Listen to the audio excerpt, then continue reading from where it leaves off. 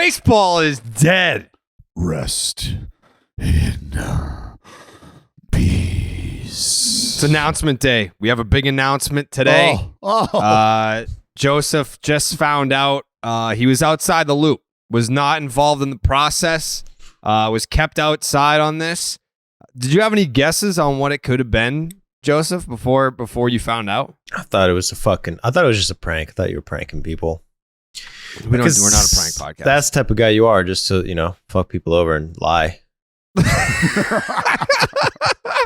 It's incredible that it hasn't taken Joey long at all to get a feel for exactly who you are. And that's what I love about young Joseph. That's just not true at all. That's actually it's a wild accusation. No, I say Joey's got a great feel for personality. Yeah. Before we get into the announcement, Dallas, you were wearing a ring before we started recording. What's up? There was it was next to your wedding ring. This whole thing right here? Mm-hmm. That thing right there? Yeah. What's up with that? That right there? What's up with it? Mm-hmm. That's some hardware. As you guys know, it was fantasy camp season. Mm-hmm. And they don't give those out to the second place team. Right. It's not a consolation camp. It's you strap on your jocks, you pull up your socks, and you get ready to do the damn thing for a week and a half. And at the end, whoever shall be standing shall be rewarded, shall be showered with champagne, shall be given the ring. And that's exactly, bam, what that bad boy is right there. That is the 2023 Fantasy Camp Champ ring. Wow. Holla. Congratulations. Yeah. Did you pitch? Round of applause. No, we did not get to have the Pros versus Joe's camper game. It's the first year we've never been able to do that, and that's because it was raining. It was just fucking pissing in Arizona. Had almost an entire day of camp wiped out, but we were able to battle through the elements. My team only lost one game all week long. Okay. We only lost one game. That's right. 9-1. 9-1 en route to the championship. Played 3 ball games on Championship Sunday. Won our last one of them bad boys. And like I said, it was champagne in the eyes at about 9 p.m. in the desert. And I don't know if you could have scripted it, because I'm going to be honest with you. I got fucking sideswiped. Just a huge bender in the coach's room. They broke Bobby Crosby and I up. Bobby Crosby and I have been manager, pitcher, coach the whole time. And we had some folks get sick, some instructors not be able to make it. So, hey, we got to spread it out. So they told me, and I shit you not, 10 seconds before the draft starts. We're in the draft room. Crosby and I are now strategizing. We're talking about the players he saw on the fielding side of things. I'm talking about the players I saw in the bullpen. And that's how we make our magic, right? Well, they fucking split us up right then and there. They're like, hey, coach is short, blah, blah, blah. Dallas, you got to manage your own team. Oh, fuck. Really? God. Like, I usually roam around and talk to other teams and shit. All right, fine. Let's go. So put the draft hat on. And from there, that's when the story started. It was my prowess in the draft room that separated me from the rest of the managers there. And the players, what little part they played in winning those games. They did what I asked them to do. And if you just do what I ask you to do, you're gonna be in a great spot. And that's what happened. I put each and every one of these people in the best spot possible. And at the end of the week, we're high-fiving. At the end of the week, we're the fucking champs. I mean, put it like this. At the start of the week, my team's name was Zero Chance. And then that doesn't feel like great leadership. For you got to inspire these people. You got to motivate these people. Jared? No. You got to motivate these people. That wouldn't work with me. Well, you know what? And you would have just sat right next to me on the bench. You'd have got the balls in the backstop, and you'd have just been happy to be there. And you'd have watched the other Warriors go to fucking work. Well, that's just a bad manager to keep your best player on the bench. So, 9-1, 1 ring later.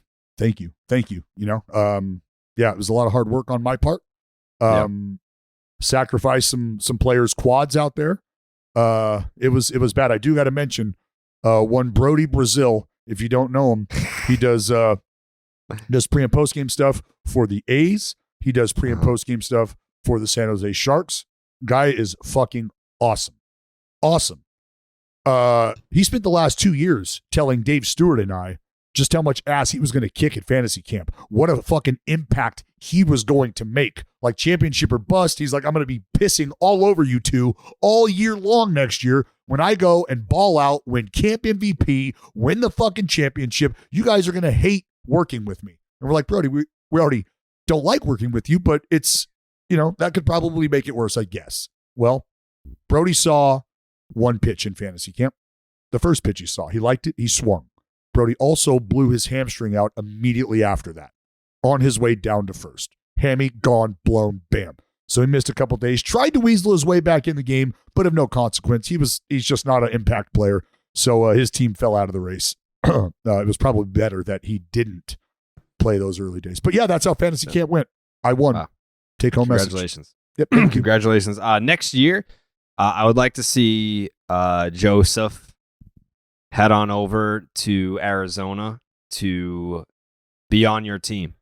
I want to see Joey mic'd up, making content, playing for your team. What position would you play, Joe? Shortstop. No. Perfect. See, you got to understand. No, I've got a combo. No. I drafted a father and 2-son trio. Don't care. Trade him. No, well, one of them won MVP. The other one could have. And the father is maybe one of my favorite players in all of camp because he's a little Tasmanian devil. I told him, I stuff him in his cage. I don't feed him for the entire camp. I just kick his cage every night before I go to bed, and then I let him out on the field in the morning, and he goes fucking haywire. Sell high. Sell high. Anyways. Yeah. So thank you for acknowledging my championship. I appreciate that. You didn't have to do that, but you did. I'm a team guy. You are. When it's your time to shine, it's your time to shine. You put me over when the Red Sox won the World Series. It's the least that I can do to put you over when you win the A's fantasy camp championship. Yep. Those are absolutely the same standard, and I'm glad that you pay that much attention to it. So thank you. Of course. So if you follow along on Twitter or if you listen, did you see people were pissed that we made an announcement last episode? The announcement was that we would have an announcement on this episode, and they were mad about that. That was stupid. That was stupid that they did. Shut the fuck up. All right? Shut up. It was fun. We have a little fun? We're having a little fun. Can't we just say like next week we're announcing something? Yeah. And be creative about it? Oh, this week we have an announcement. The announcement is that we have an announcement next week. Shut the fuck up. So hang in there. Don't tell me what's funny. That's funny. Yeah. Anyways. So without further ado, everyone figured it out.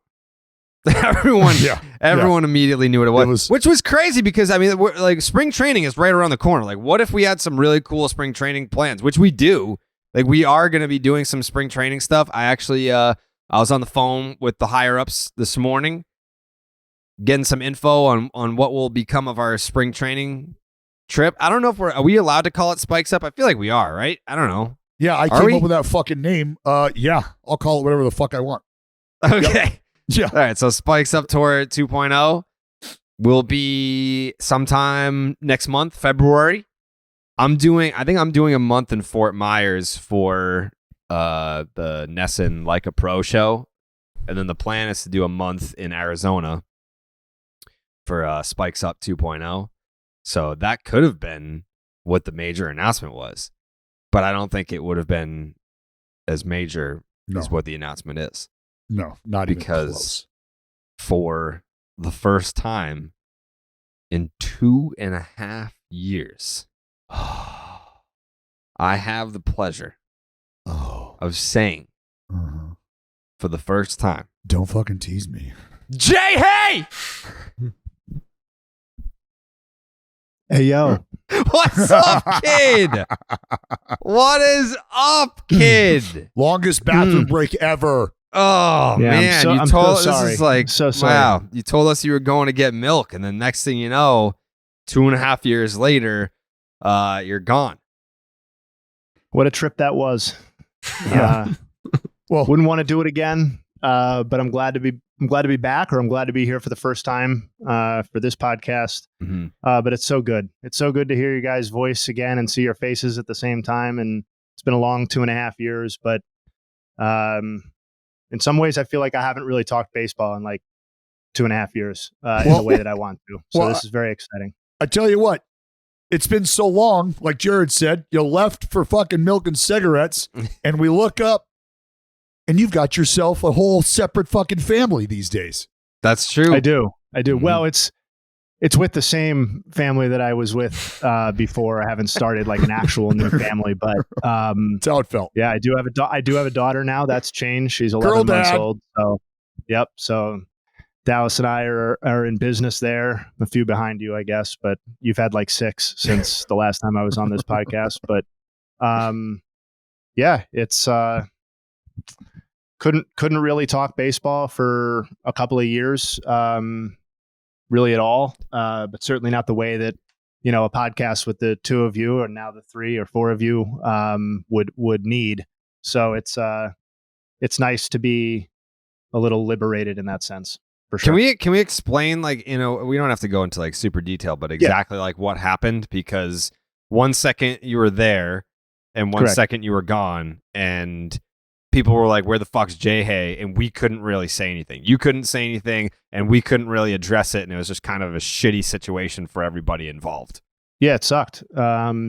Sucked to like be so vague about it and kind of leave people hanging. But, I kind of got blindsided by it too. I was, as a lot of the listeners know, or some know, I was working for Major League Baseball. Once I left Barstool as a full-time employee, and, the people that I worked for when I was hired said that I would be fine to continue doing the Starting 9 podcast on the side, producing it, because you guys had asked, and being involved in it on air. You guys had asked that I asked that, and they said yes. And so for like 1.5, 2 years of working there, that was the setup. And then different people got involved and said, actually, no, you're not doing that anymore. And it became, kind of like a career issue for me, and for obvious reasons, full-time pay and healthcare and things like that. I had to make the decision that I couldn't continue on the podcast. And, that didn't just mean the Starting 9 podcast with you guys. That meant like, really any podcast that wasn't, a direct entity of Major League Baseball, and none of them invited me on. So, which is crazy, by the way. Yeah. Well, and Jayhay, I want to warn you. To have you in house and be like, eh. Right. I do want to warn you though. Your initial move to consider your family and to love your family. We got a fellow on this podcast. He doesn't sit well. He does not sit well with family. Family. Yeah, you can't. Yeah, if it's prioritizing family, big issue with this guy. Yeah, big fucking issue. Well, Like, it's not really. I'm pro family, but just not on my team. Like if you're playing, there's no more your team than this podcast. Like so, get to know each other a little bit. Jayhay is a Guardians fan. Joseph is a Atlanta Braves fan. So during the Freddie Freeman situation, didn't love how basically Freddie Freeman chose his family and being a family guy over the boys. So yeah, like you talking about having to make these decisions that were best for your family. I don't know that he's gonna love it's that. It's not gonna resonate. Yeah. No. It's that's fair. He just we texted me wouldn't right all now. Want to be on the same side. Yeah. Joey just texted me, what a bitch.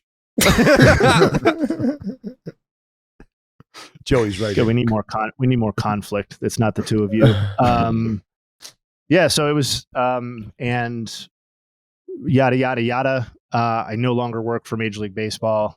So that's why I'm fortunate enough, or one of the reasons I'm fortunate enough to be here.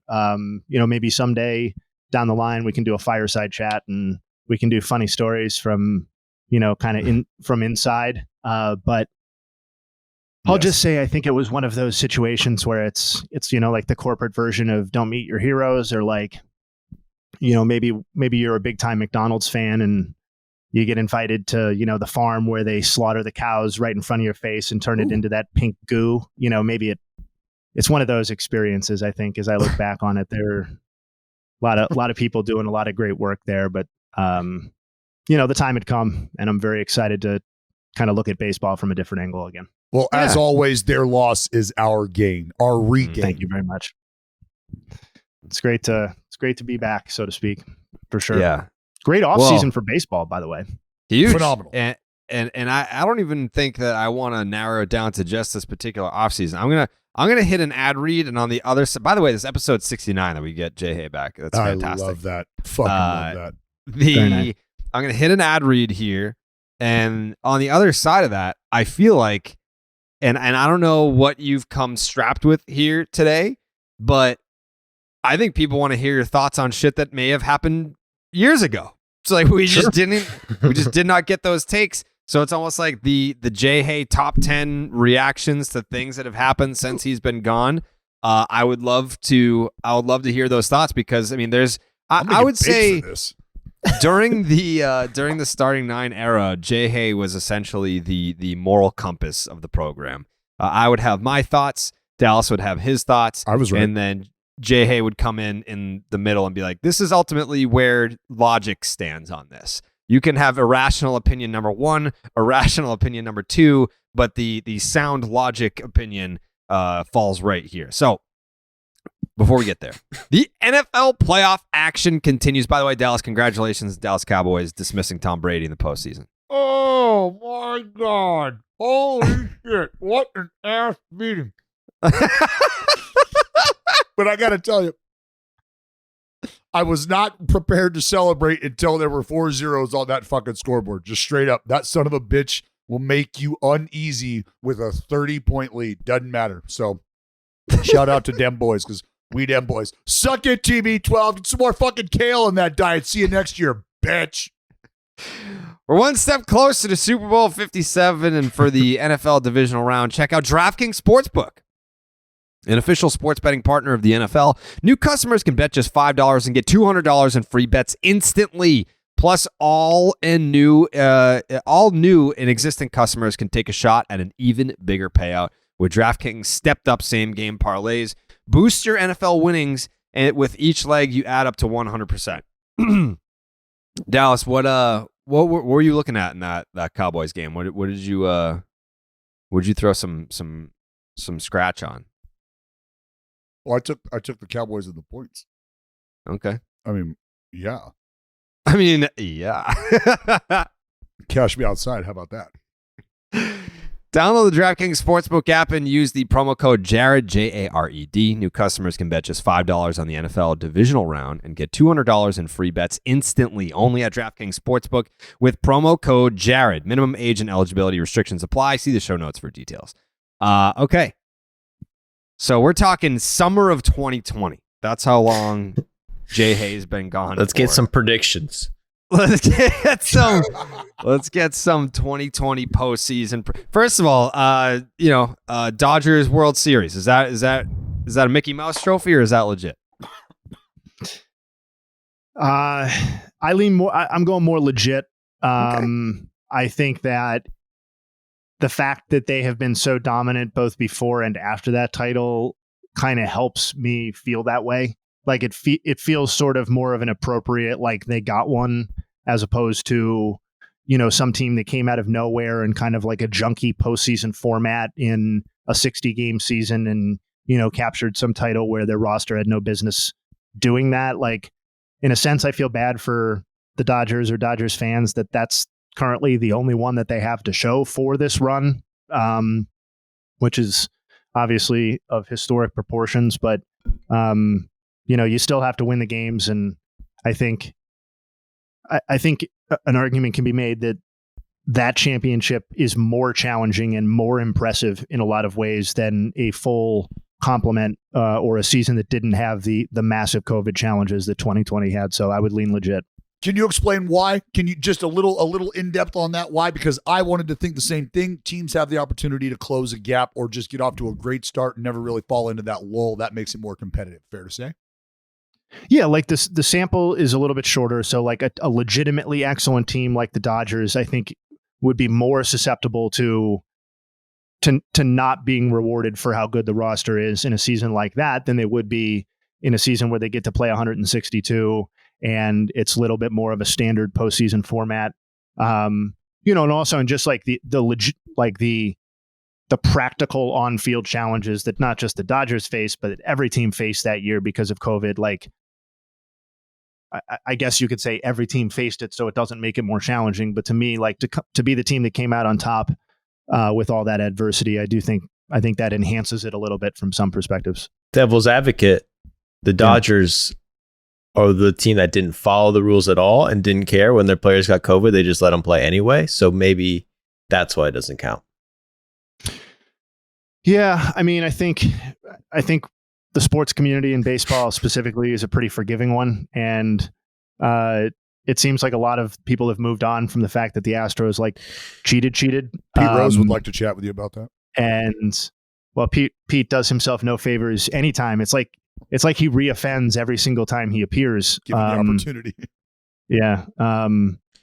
But yeah, I guess I would have to look a little bit more into the specific COVID violations. I was just talking about the last game with Justin like Turner. You might have this one down as a Braves fan. No, Justin Turner. Yeah, Jayhay. He's a fucking slippery little fuck. I'll tell you right Turner, now. Yeah. He's a slippery little fuck. I was pretty flagrant there at the end. Yeah. That was. I forgot about that. Justin Turner, like what? He tested positive in like the third inning. Yeah, they of removed the him, and then he was able to come back down on the field. I don't think he was able to. I think he just did it. Well, hey, fuck it. Yeah, what are you gonna do? Suspend me? The fucking season's over. We just won the World Series. Yeah, I'm gonna celebrate this, bud. Dude, back then, over. Lucky didn't put him in jail, bro. That shit was a big deal, man. Yeah, if he was at the airport in Japan, it'd be a different story. Or China, it'd be a different story. He'd be thrown in one of those little cube things, fucking gone. Yeah. So what have been your burning hot takes since being out of action? I know what question I want to ask you too. Yeah, go ahead.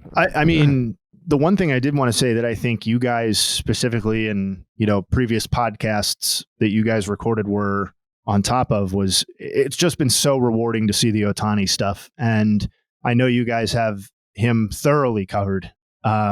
Maybe a little too covered from the perspective of some people here, but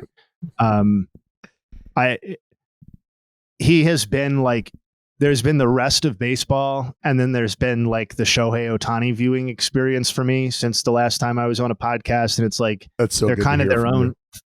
Yeah, they're kind of their own things. Especially as like the hitting and the pitching have like both risen to elite levels. It's like you don't have to grind through Ohtani not finding the strike zone for a start anymore in order to watch him hit. You don't have, I mean, that occasionally happens, I guess, but like with much less frequency than it used to, or like you're not getting like these protracted slumps that you might have gotten in the first season or two offensively when he could get a little lost, like in 2020, for example. But like, I just, it's speechless a lot of the time. And he's appointment viewing in a way that nobody else in the sport is. And I know that's not breaking any new ground, but in terms of things that have been front and center for me, like he's absolutely been there, and I'm not even a little bit tired of it either, because we're probably you'll get tired of it. Well, I'm talking about viewing him. Like we're probably on the verge of probably on the verge of seeing him on a new team, like within the next calendar year. There's people out there right? that make you tired of seeing him for sure. But maybe I'm not engaging with those people, or maybe I have them muted on Twitter or something like that. Or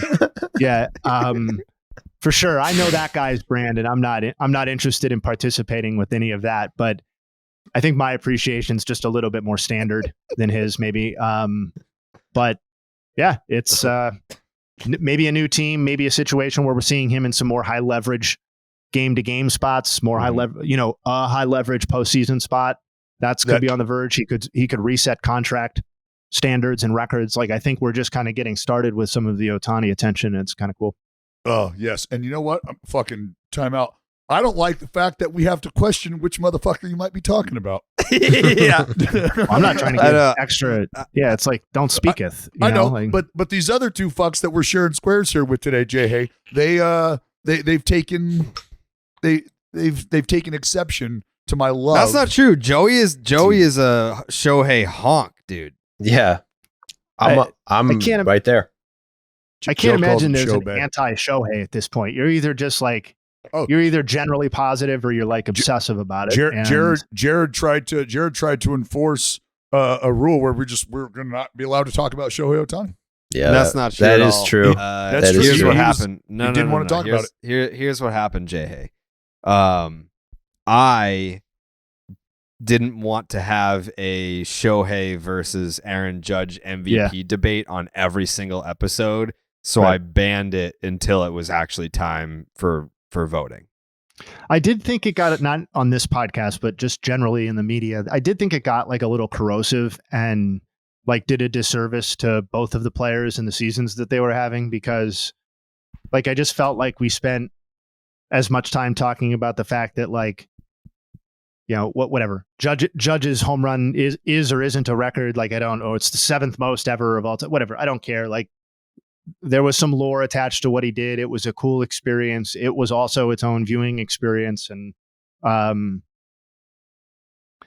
like those seasons where it just reminded me of like the Miggy Trout MVP seasons a little bit, where like I just felt like we ended up spending, and again, we, the general baseball community, like ended up spending too much time talking about like why this guy was more valuable than the other, while like they're both fucking raking all over the place and having legendary seasons within their own careers. So I'm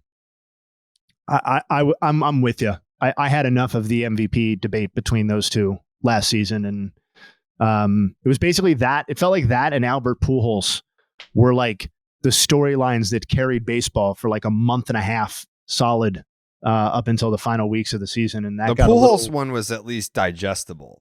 Like Judge versus Ohtani was too toxic because it was it reminded me of politics, where there was the Ohtani people who were never going to budge off Ohtani, the Judge people who were never going to budge off Judge. So having a debate about it wasn't changing anyone's minds. It was just two groups screaming at each other. Whereas the Pujols thing, it's like, wasn't rooting tone for of Pujols? Stories for sure. Yeah. No doubt. I feel like It just felt baseball as a community was united over watching the Pujols chase for 700, where it's Can I ask you where you're at? Just what was your selection? You don't have to go in depth on it. Yeah. You don't have to, but what was your MVP selection? Again, this isn't a rehashing of it. I just want to know where you fell. Yeah, I would have gone with Judge. but it was one of those. I thought you were fucking all in on Ohtani there.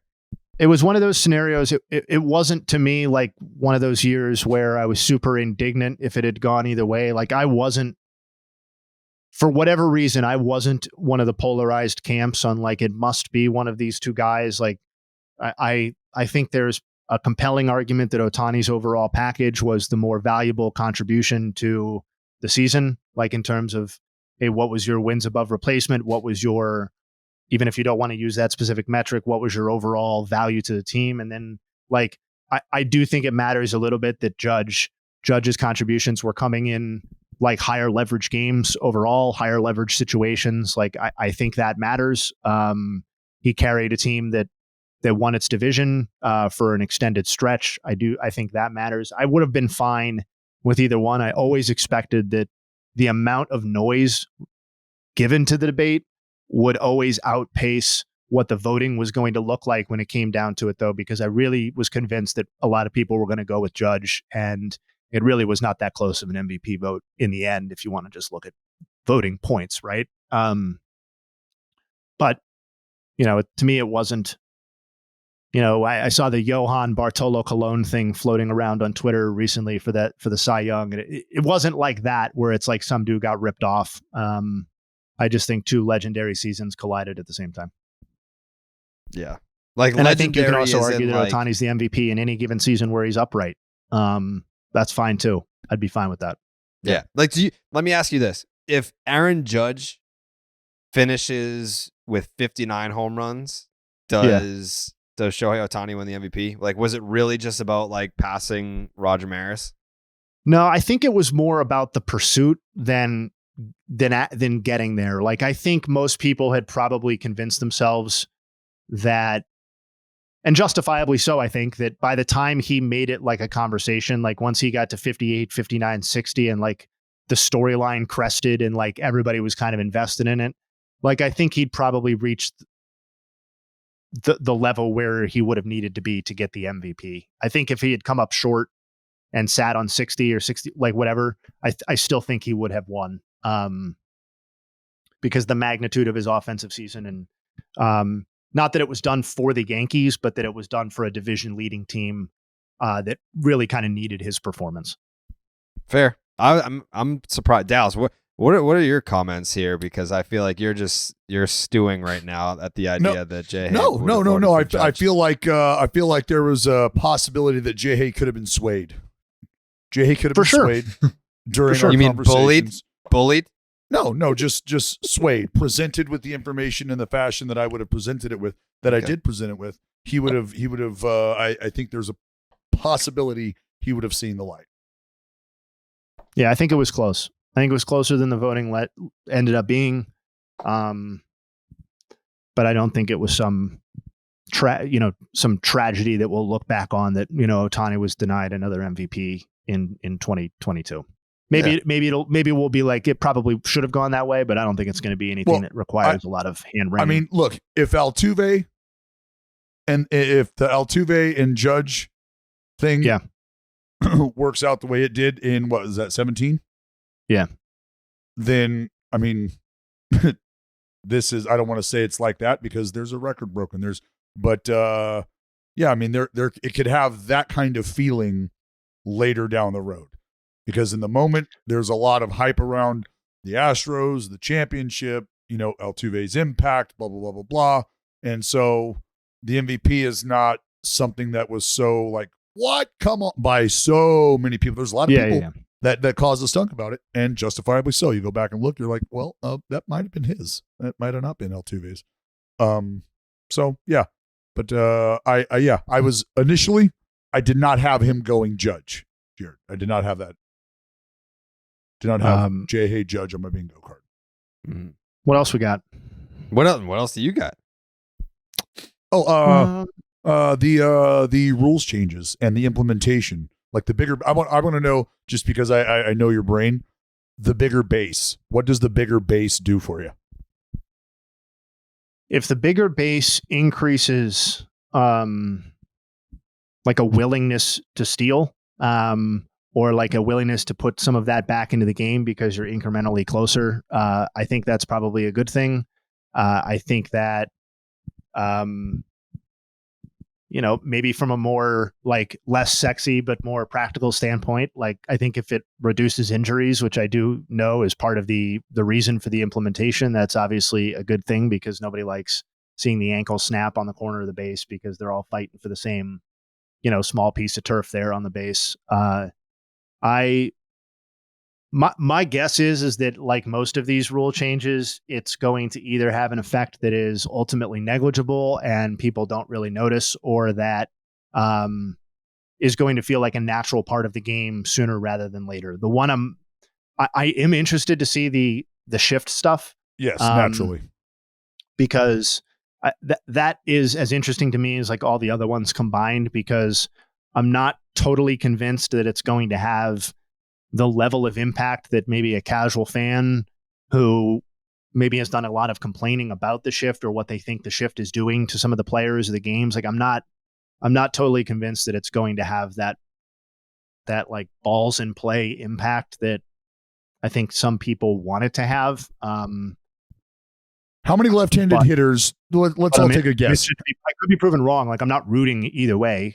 I'd rather more balls be in play. I'd rather there be more action in the game generally. But I think there might be some unintended consequences with this one too that I and maybe the implementers can't totally foresee. Well, this is what I was going to ask: is how many left-handers hit 300 last year? How many left-handers hit 300? What do we think that number is? Anybody have a guess? 3. No, 2. One hand. Yeah. Okay, so then does that number increase? And if it does, is that a way to assess the impact of the shift right there? Just because we see, don't want to say, I guess I think it's fair to say we see more shifting on average against left-handed hitters, or more egregious shifting against left-handed hitters than we do against right-handed hitters, right? Miguel Cabrera and Pujols are, some of the only guys that you can conceivably stick a person out in shallow left field and still get the out at first base. So that's not happening the way it's happening to left-handed hitters in right field. So that's why I threw the lefties out there initially. And then I'm asking if it's if 5 left-handed hitters hit 300 last year and 10 hit 300 this year,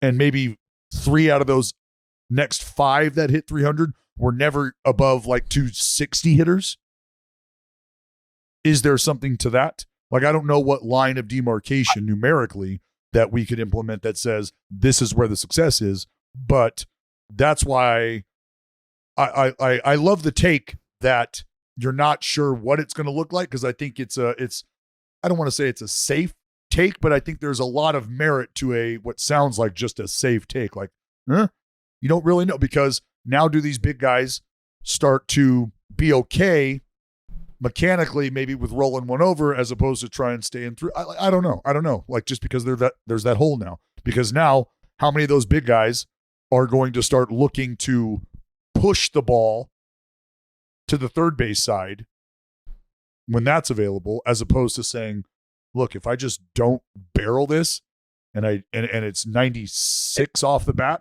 instead of 109, it's going to find a hole, or it's, 92 off the bat. Is it going to find a hole? To use your numbers specifically, if it goes from 5 to 10 or I would be very surprised. That's a change to me that would be very noteworthy. That's large. I think it's going. Yeah, if the number of left-handed hitters who hit 300 doubles with the implementation of the defensive shift rules, I think that would be. I'd be curious to know the specifics of why that happened, but for each player. But I think that would be a much higher number that I'm expecting. The other thing I'm interested in, and this is kind of boring, but it's like when you add rules, you add layers of umpire and official interpretation of those rules too. And I'm interested to see, like, to what degree pace of play, so to speak, gets bogged down by the kind of the refereeing of the defensive shift rules and where teams can be. And maybe that is a total non-issue, and we get on the field and it's like, it's very clear what's a violation and what's not. Teams aren't trying anything funny or borderline, et cetera. But, if these umpires have to spend time kind of litigating this early on, I think that could be noteworthy as well. But I'm all for the pitch clock in terms of the other thing. I'm ready for it. Like, let's fucking go. Plenty of time to throw the baseball. Yeah, that's something that I'm really, really intrigued to see, just because you see the younger guys that are okay with it, and then you see even them get impacted sometimes when it's a tighter situation, a higher leverage spot. Sometimes you see that slow down. So I'm with you. I know we've talked about like why the game is slowed down from a pitching perspective, and every single pitch is being like an attempt at 100% in execution in a way that maybe that wasn't the case in the 70s, 80s, and 90s and stuff like that. And but I'm just kind of over watching a guy line up for the 3-1 or the 2-2 and take 30 seconds to deliver the baseball every single time. Like, I'm ready for some accountability on that regard, because I do think, like, even if the improvement on time of game is measured in like a handful of minutes because of this, I do think it's going to have like a tangible impact on what it feels like to watch a baseball game in some respects for some players, kind of on the extreme. Oh, it's shaving 20 plus minutes off ball games, man. Which would be pretty impactful, I think. That's real. I think that's just like the intended shaving, like, let's use Dallas's number here, 20 minutes. I don't think that shaving 20 minutes off the game length of a Major League Baseball game is going to be something that draws in new fans, but it is nice for existing baseball fans to have that. You know what I mean? Well, like, and also, I don't think that like someone that's not into baseball is going to see 20 minutes off the average game length and be like, you know what, I'm going to check this shit out. But if you're a baseball fan that say consumes 80 games a year, maybe now that's 100 games. It's like, it's more consumable for you. No doubt. And I just think I don't know how you can measure this necessarily, but I just think it's going to be a better viewing experience for the person who is maybe already tuning into a baseball game, as you said. Right. Like it's not baseball. Pitchers haven't always taken this long to deliver pitches. Like we don't, it's not corrupting the way the game has always been played. It's not fundamentally altering baseball the way one that could we know argue it. that Like, them taking this long, Jayhay, is the corruption. correct. And like I don't know of a better way to regulate that or to try and curb that trend than to implement something hard like a pitch clock, which they've tested out and seems to have been tested out successfully. And so that's fine. If that gets us more back to kind of an equilibrium where the sport is incrementally more watchable, I think that's a good thing. And I don't think we're going to, I think in the vast majority, like 95% of the instances, you're going to forget the pitch clock is there. Yeah, well, that's the hope, right? Is that this is, Right. and that's the idea of setting this tone in the lower levels, is so that they're used to it, right? They get bitch slapped with this abrupt change and they've got to make the adjustment. And then by the time they get to the big leagues, it's something that they're used to, something that they're not too worried about. It is what it is. Their game is now built on that. So while there is a digital clock reflecting it, they've geared their internal clock to match that, right? So now they play the game at this rate. And that's what it looks like we're trying to do with all of this stuff, is get back to a certain rate of speed at which the game is played, meaning actual physical play, but then the rate of production, the rate of offense, hence the lack of shifting. So there's just, everywhere you look, it's an effort to create movement, to set a tone and create movement within the game that has otherwise taken an air of stagnation because of the true 3 outcome. I'm ready for it. I'm very interested in these rules. How about the fucking pitch challenge? You like that guy? A little tappy tap? I could kind of give or take on challenges in general. Come on. You're down 1-2 in the bread aisle in Walmart, and I fucking paint one on the lower outside corner. You don't like it. You tap your head. You go Bill the Butcher, and he gives you the business. He's like, Jay, that shit was out, dude. You get another one. I realize this is like, you take me to dairy, and you're trotting around the fucking yeah, bases. I understand.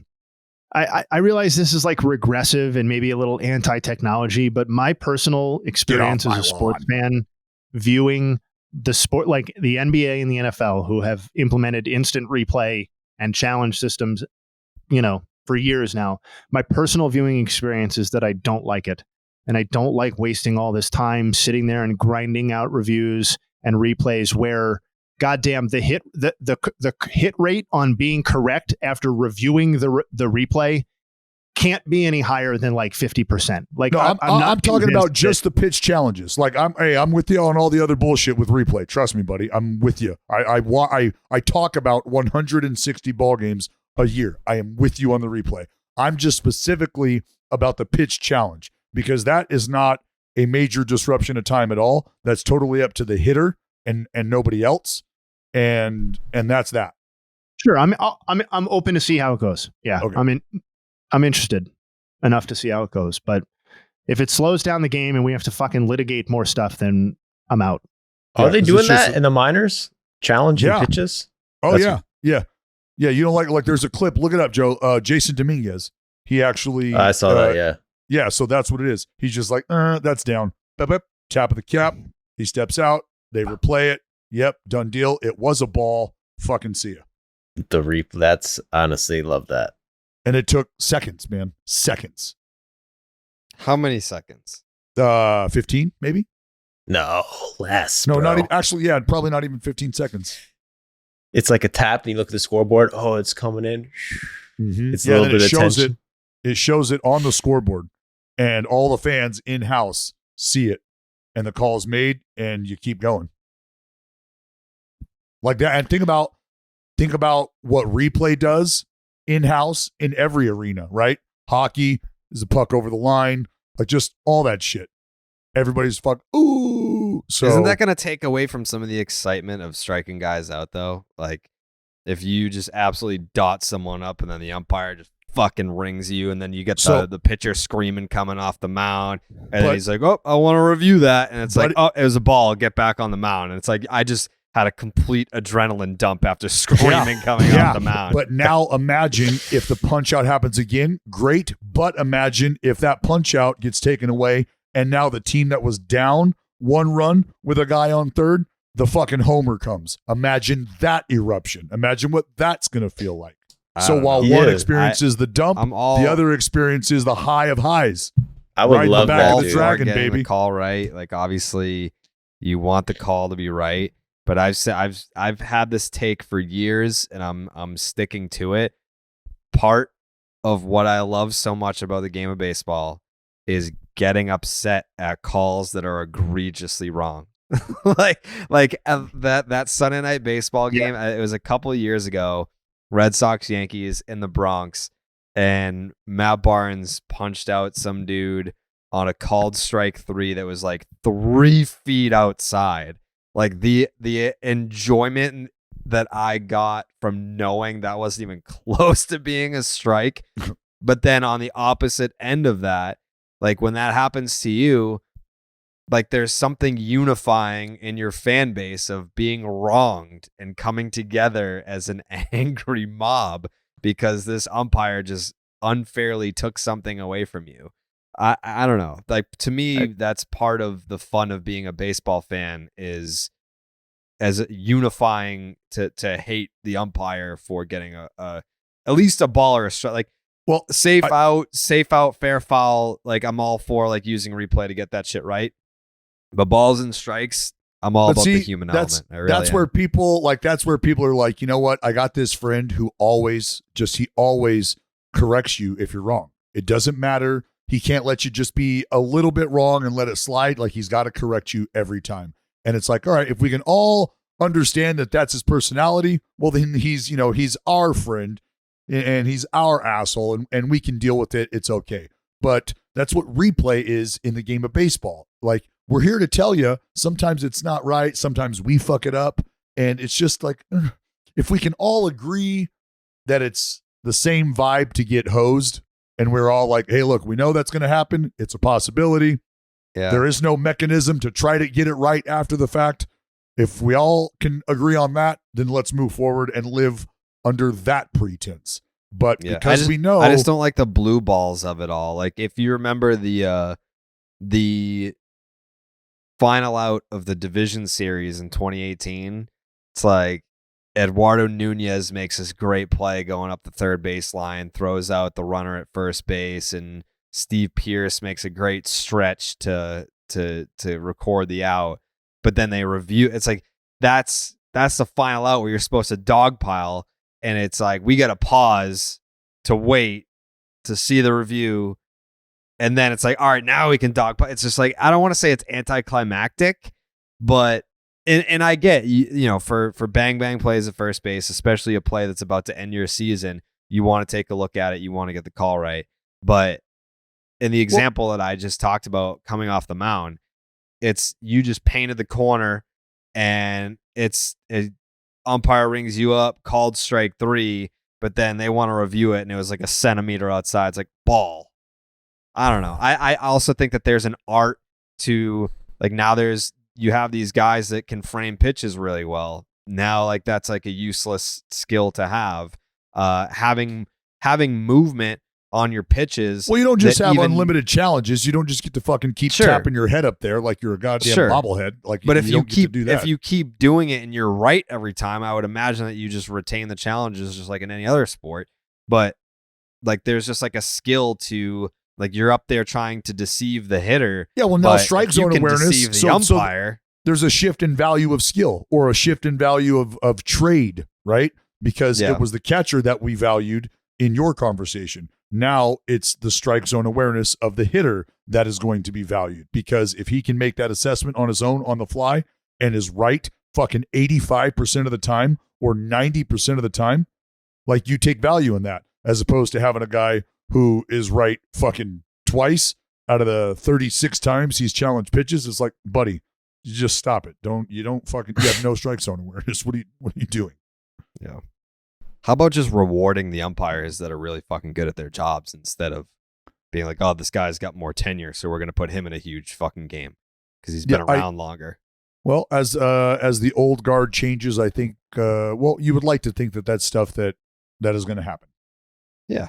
Well, it's just interesting. It's interesting because it's like you want these old guys to die out in the sport so that they can be replaced by the younger guys. But by the time the old guys die out and then they're replaced by the younger guys, those younger guys are now like kind of old too. But I mean, I'll say this: the value. I hope it's appreciated by baseball fans.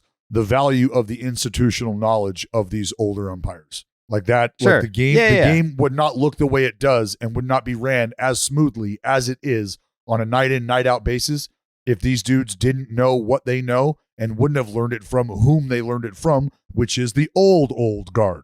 So to your point, they do, but that's all part of being seasoned, right? And that's all part of why it's so tough to get here to the big leagues as an umpire. You better have your shit in order. You better be dependable. We're going to find that out quickly. And sometimes, just sometimes, there's some folks that fucking slip through. But the majority of the time, these individuals they're the best of the best, man. It doesn't get any better than these people. Yeah. Yeah. I think we need to find out how much it would cost, and we should send Joe to umpiring school. Dude, I know how much it costs. A couple grand. I was going to say it costs like $5,000. You go down to Florida. $5? Yeah, Florida or Arizona, right? Or is it just Florida? I think it's just Florida. No way. It's like a month or a few weeks. People just go there for vacation every year. It's like the Marines. There's only 2 places you can go to become a Marine. There's like two. There's like 2 umpiring schools that you have to pass in order to be an umpire. You basically go to umpiring school for 2 weeks and they grade you and they teach you and they like taking notes, and then you have to like finish the top of your class. And then if you do that, you go to the second round and then you got to finish top of your class. And then if you do that, you get to be a minor league umpire and have a shit life. And then hopefully, you keep moving your way up, and 15 years later, you can make the big leagues. Then you're set. You can't get fired and you're perfect. Then you're making what, like $250,000 a year? The big guys are making, I think, like $300,000, $400,000 a year at least. Yeah, they make good money. Good money. First class. It's a union. Good union. Yeah, good pension. Union job. How many weeks does it take to complete the course, Joe? I believe it's 2 or 3, maybe a month. Oh, all right. So me and Dallas are going to crowdsource some funds to put you through umpiring school. Are you willing to participate? If we're gonna put our money we'll even pay for Bay to come out and visit. Yeah, I'm down. Can't do that. But I'm saying if I make it through and I win the competition, I'm not coming back on the pod. I'm going to the minor leagues. No, absolutely. No. You would have to still do your podcasting. You just got another job now. Yeah. Oh, okay, well, that's not going to fly. They wouldn't let Jayhay fucking get on the pod. Like, what do you think they're going to let a minor league umpire, or major league umpire be on Baseball is Dead? Yeah. Fuck out of here, dude. Fuck out of here. It's a completely different union. It's not the league. It's not the players union. And it's the umpires entity. union. We're a different entity, buddy. Once you enter that clan, dude, you're in the clan, and you gotta be allegiant to the shield. I don't know. It's like being in the police. Being an umpire is like being a cop. Like you gotta be full time. There's definitely not the NFL. I guarantee you that there's police podcasts. They get to go on cops. Dude, there's a reason why Joe West didn't have a podcast while he was umpiring, and the second he got out, he made one. Like that's not because he was he was recording country albums and being a big league umpire. And I'm sure you are being a minor league umpire and a podcaster and a YouTuber. And it sounds like you're being a lazy one of all 3 of those. If you can't just do all 3 of those, they wouldn't let me do. I got to put all my. Dude, you can't just half-ass it. It's a lot of responsibility being in charge of the game. I agree, but no one's making you a crew chief right away. Also, you would have to think, right, that the umpires union is I don't think that there's a ton of young people lining up to try and live that life right now. Like No. everyone wants to be a fucking YouTuber and a TikToker these days. Like if you're a baseball That's fan, a great question. What is you're the not competition? yeah, like I level? feel like the field must be like they're probably out there recruiting. I don't think that they've got people just lining up to do this. They're gonna have to bring back the draft. No, it's competitive. I did a video on this. Dude, the odds think of it's being a major league umpire through the umpiring school is like the same as getting drafted and making the major leagues. It's like just that's what they tell you because they want you to feel like you just did something really hard so that you take it super serious when you're doing it. But there's like no I way told it's you, that hard. Much like baseball, Joe, sometimes, like me, just some random asshole makes it through. All right? So you got a chance. The difference is once you become a major league umpire, you're there forever. And like major leaguers are just getting replaced every week. You know, there's only like 2 or 3 opening positions a year. We also need to establish something. I'm going to absolutely need 10% of the salary at the big league level. Like it's kind of like an agent. Welcome to baseball, Joe. We As your invested agent- in you. Yeah, we invested in you, but I don't want anything from you your first years in the minor leagues. I don't want anything from you your first 3 years in the big leagues. Not until we start talking contracts, Joe. Do I need to feel like you're in a position to start compensating us for our investment? Because I know I can wait that long because I know it's coming. You know what I mean? Like the confidence is there. So, Right, man. but just want to get that out on the table. If you get me through those doors, give me the opportunity of a lifetime, like, yeah, I'll give you anything. I'll do anything. You're I'll going to give anything. We Yeah, want you're gonna be- 10% each for funding you to get to the big leagues. It's just the cost of doing business. Yeah. This is going to be That's great. the attitude I want to hear. That's fucking right. I need you to start. I'm going to start having carrots shipped to your house. All right. I need you to just start eating carrots. Mm-hmm. Load Is up that on a the myth? beta carotene. Is that true? Get those eyeballs. No, it's very true. Very true. How and do you know? fish oils. How do you know? What are you talking about? I got a degree How do you in know? Eastern medicine. No, you don't. No, I don't. Not even close. No, you don't. Jayhay, yes or no? Does eating carrots make your eyesight better at nighttime? Is that like a proven scientific fact, or is that like a that's like? I think that's more of one of those old wives' tales sorts of things. Also, yeah, Dallas has got a degree in medicine for sure. I'm not sure Eastern, Western. I'm not fucking sure where it's from, but I mean, it's been growing on all 7 continents. I'll tell you that. yeah, I was gonna It's worldly. Western for you, I guess. used to play The Stockton Manhunt in my Institute of neighborhood, Medicine, eat bro. Carrots.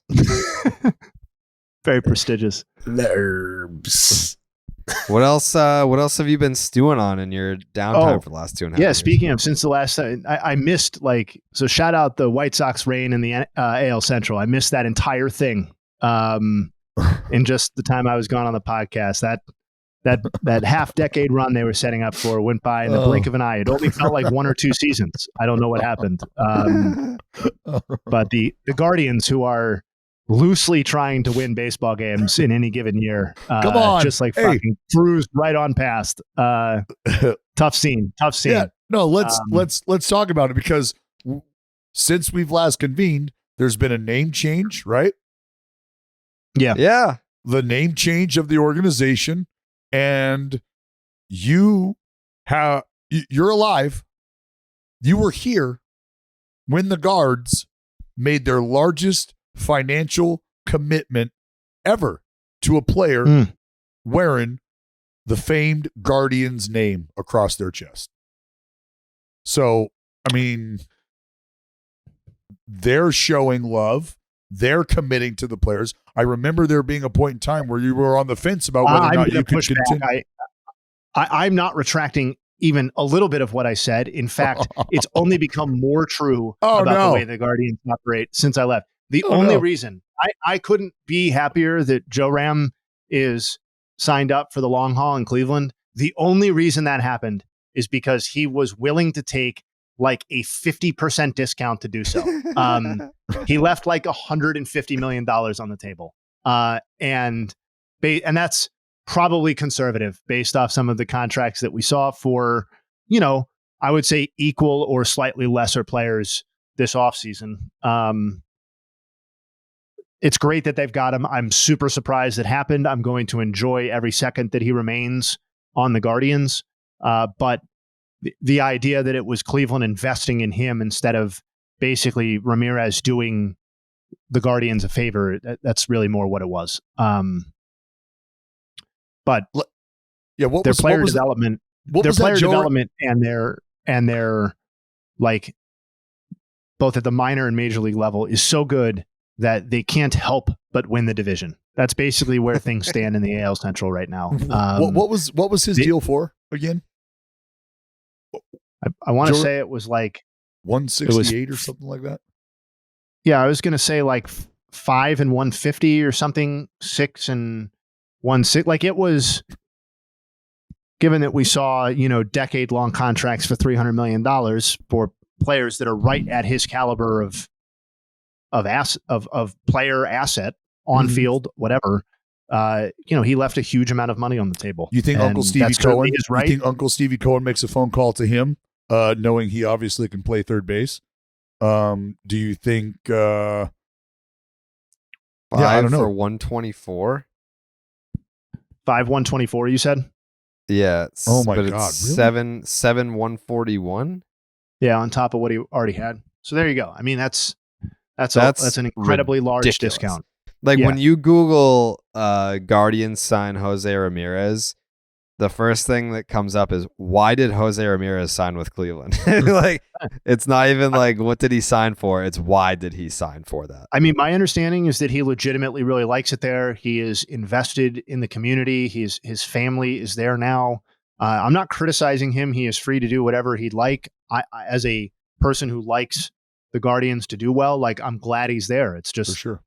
It's just not a case of Cleveland changing the way they do business at all. Well, no, it just makes me wonder, where he would have been in the conversation. Oh, I think he would have been fun. Yeah.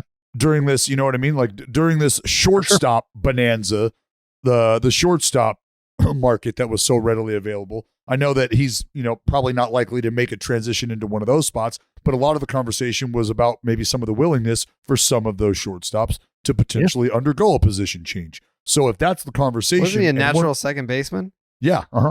Like there's look at all the different shortstops that like Carlos Correa was going to move to third base for the Mets. Well, right. You got fucking Marcus Semien moving to second base for the Rangers. Xander Bogaerts, I have no idea what the fuck he's going to do in San Diego. They've got 5 different shortstops. You also have to remember the shift.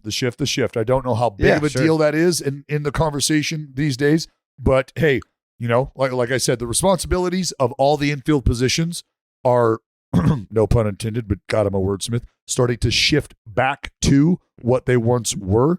And there's just some inherent responsibility that comes with certain positions in the infield that isn't there in other spots. So if you're asking about that position change, there's got to be a willingness there. But the whole point of this conversation, willing. What's that? Trevor Story moving to second base for the Red Sox. Yeah. Like a ton of shortstops are like, oh, position change. What are you saying? Oh, $280 fucking million, $300 million. Like, done. Yeah, I'll play right field. Yeah. No. When's the last time that you saw a premier position player refuse to change positions when we were talking about the hundreds of millions of dollars? Mm-hmm. Like A-Rod did it for the New York Yankees, and the dude was clearly the better shortstop. Yep. But what I do like about what Jayhay said is he's got his family there. He's invested in the community, and I have a lot of respect for, and I get it. Like maybe there's, and it's for him, the number in his head, he's already hit, right? What do I need to make life okay for me, to make life okay for my family and our family in the future? And I know some might say, well, what if you told him that all of that he has right now, we could double that? And he chose not to. Is it okay to call that a bad business decision? Sounds like Joey's type of player. Yeah, it's honestly awesome. A fuck my family type guy. No, dude, that's what I'm saying. He has a family. Family's there. You can't have a family and be married, but it's like you gotta play for cheap. That's why the breaking news. Breaking news this week: Acuna getting engaged. I'm allowing it because he did the same thing Jose Ramirez did. He signed for less. And honestly, like, we don't need to get in the weeds on the contract stuff, but like the key difference, I think, between Joe Ram and Acuna's deal is like, Acuna's deal is like a team bargain on a level that, it's hard to even fathom sometimes. They got him and Albies on the deals that they did, but like those guys hadn't banked really any money at the major league level. And to Dallas's opinion, or to Dallas's point, like Joe Ram's previous contract, also super team friendly. Also, like at the time it was signed, one of the best quote unquote contract player asset groupings like in the league, but he'd already made like $30 or $40 million through that. So like maybe that made him a little bit more inclined to take that second discount. Because as Dallas said, like he's already got more money than maybe he had hoped to get or had entered expecting to get. But yeah, and that's real. Back, like that's real. Guys operate like that. Like you don't, there's relievers who have made a nice chunk of change. There's starters who make great money who are like, you know what, like the deal, the money here, like I'm good. I'm already in a spot where things were great. I just want to keep playing ball. I want to win. So if a winning team is willing to pay me money to play for them, and I like where I'm at, like I don't need to try to go to the market and go through the hoops to maybe get another 6 or 7 mil. I'm cool with what I've got here now. That's real. Can I hop around a little bit? Please do. You guys can react to what you think is interesting. One of the things I was thinking about during the 2022 World Series and like, Verlander is kind of back and forth with postseason success and like total lack of it when it came to the World Series round specifically, is like part of what makes baseball so cool and complicated and legacies so interesting is like, it's not just Kershaw into like the 3 greatest pitchers, all inner circle guys, the clear greatest pitchers of their generation in Kershaw, Verlander, and Scherzer, like all have super complicated postseason legacies and all have won, right? Like they've all got the World Series. None of them can be considered like an outright loser, but like their performance just doesn't match with the regular season in a way that you would expect from maybe an all-time great. And then you go back and look at some of the other all-time greats from previous eras, and it's like, well, Greg Maddux wasn't exactly like some complete lights out dominant force in the postseason, like in his sample. And, Randy Johnson obviously hit his stride in the postseason in Arizona, but like wasn't from the word go like a dominant postseason force necessarily. And like, Randy Roger Johnson Clemens had has some a hits long and misses. stretch of sucking in the playoffs. Until Arizona, Randy Johnson had like 9 straight postseason appearances where he was dog shit. And I don't really have a point other than like. Well, I think that can be attributed to, and this is my opinion, and I make this comparison with quarterbacks in the NFL and how they prepare. And the reason that there's such a separation between guys like Peyton Manning when he was playing and Tom Brady, because that fucker's still playing, is the way that they prepare week in, week out. There's just no comparison to the next guy. They are far and above, for whatever reason, more diligent and more efficient in their studies because that has been proven over the course of their career, right? Their ability to check, their ability to read, they're 7 series ahead of the defensive coordinator up there. They're not just a play or two ahead. They are light years ahead. But when we all have the same amount of time to prepare for the same game, that window closes a bit. That gap closes a touch because now we're all preparing, hopefully, or essentially within the same time frame at the same rate, at the same level. So what you're looking for, what I'm looking for, we've got time to unearth those things. Get to the playoffs in the baseball world, your at-bats, just like the 9th inning, change. Their at-bats, the approach offensively changes in the postseason. And so now everybody's locked in, completely locked in. This isn't a fucking at-bat in May. This is October and fucking November. We are locked the fuck in. So the best guy on the bump, even with his dominant shit, there's just a different approach against him now. And that's why you got to see his game rise and you got to see the bats rise. And when you see a dominant performance over a postseason like Mad Bum, like that's where legends are made, is shit like that. Yeah. That's why I have so much, despite not loving him as a person, why I have so much respect for Josh Beckett. Yeah, dude was hey, it's October, time to fucking absolutely throttle some assholes out there. And he did.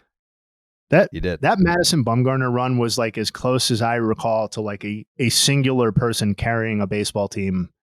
Because like that's not the way the sport works generally, right? And it was it was like CeCe doing what he did in Milwaukee down the stretch, but not in the postseason to get like basically in the World Series in the LC, right? You know what I mean? Right. Like it was even higher leverage. Oh my God. More eyes on you. I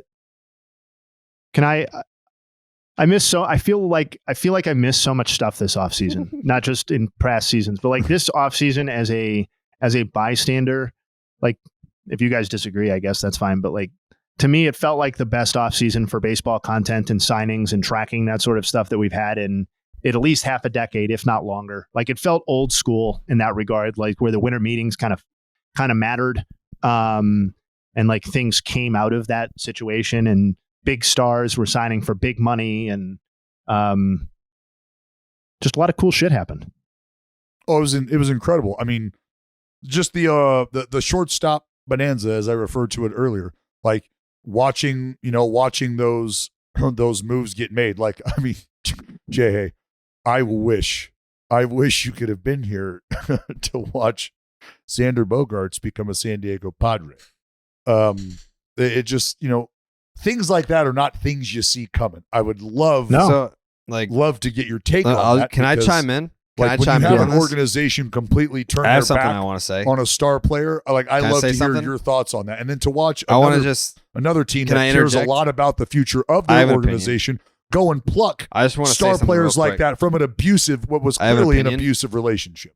Yeah, I want to say something about this real quick. So while you've been gone, Jayhay, there is not a single recognizable name left on the Oakland A's. So when you were here, the Oakland A's were playing in wild card games. They were contending for division titles. We were talking about the offseason. I watched a no-hitter with you guys in Oakland. Yeah, we saw Sean Manaea, 2018, eventual World Series champion Boston Red Sox. Yeah, lowly Red Sox. So now it's kind of like when Dallas makes these little chirps, I just feel bad. It's kind of like we're just talking ball. Like say if like as like I could have started with Trey Turner. You get in like a little play fight with your adolescent child, and like you pretend it hurts, and you're like, oh, you beat me up. Like that's what I have to do now to Dallas, just so I don't hurt his confidence. Well, that's why, because it's just, I mean, nothing that he could ever say, given the state of. I mean, I don't think that a baseball franchise has ever been in a worse spot than the Oakland A's are in right now. So when he tries to say these things about the Red Sox, they don't hurt. Like, but I gotta like for the, I mean, it's content. We're doing a show. We're trying to entertain people. So I gotta be like, ah. Well, that's why I was so pleased when Dallas started the podcast with about the fantasy team success. Because it's really good to know that like the A's parent organization has like another wave of talent coming like through the pipeline, and that there might be like that's completely unnecessary. Yeah. That's a fucking dick move. You didn't. It's good. I mean, it's great. I wouldn't be surprised if whoever your standout player. Yeah, no trade bait for sure. For Ryan Blanchett. Yeah, 82 from the right side. I mean, that fantasy can't stand out. If I was Ryan Blanchett, I would fucking pack my bags right now. Because that guy is a prime candidate to go to a team like you guys. I don't know, one of the major league ones. This is already overkill. This is already overkill. No, it's good stuff. I do have a take on that shortstop stuff, by the way. I think it was. Yes. I wrote down some moves I liked and moves I didn't like as much from the offseason. With some nugs. I'll try and go as quickly as I can, but the Xander Bogaerts, Trey Turner stuff, like I loved both of those signings for those teams, mostly because it's teams that want to be good, trying to get better. And I think that's always a great thing that not every Major League Baseball team tries to employ.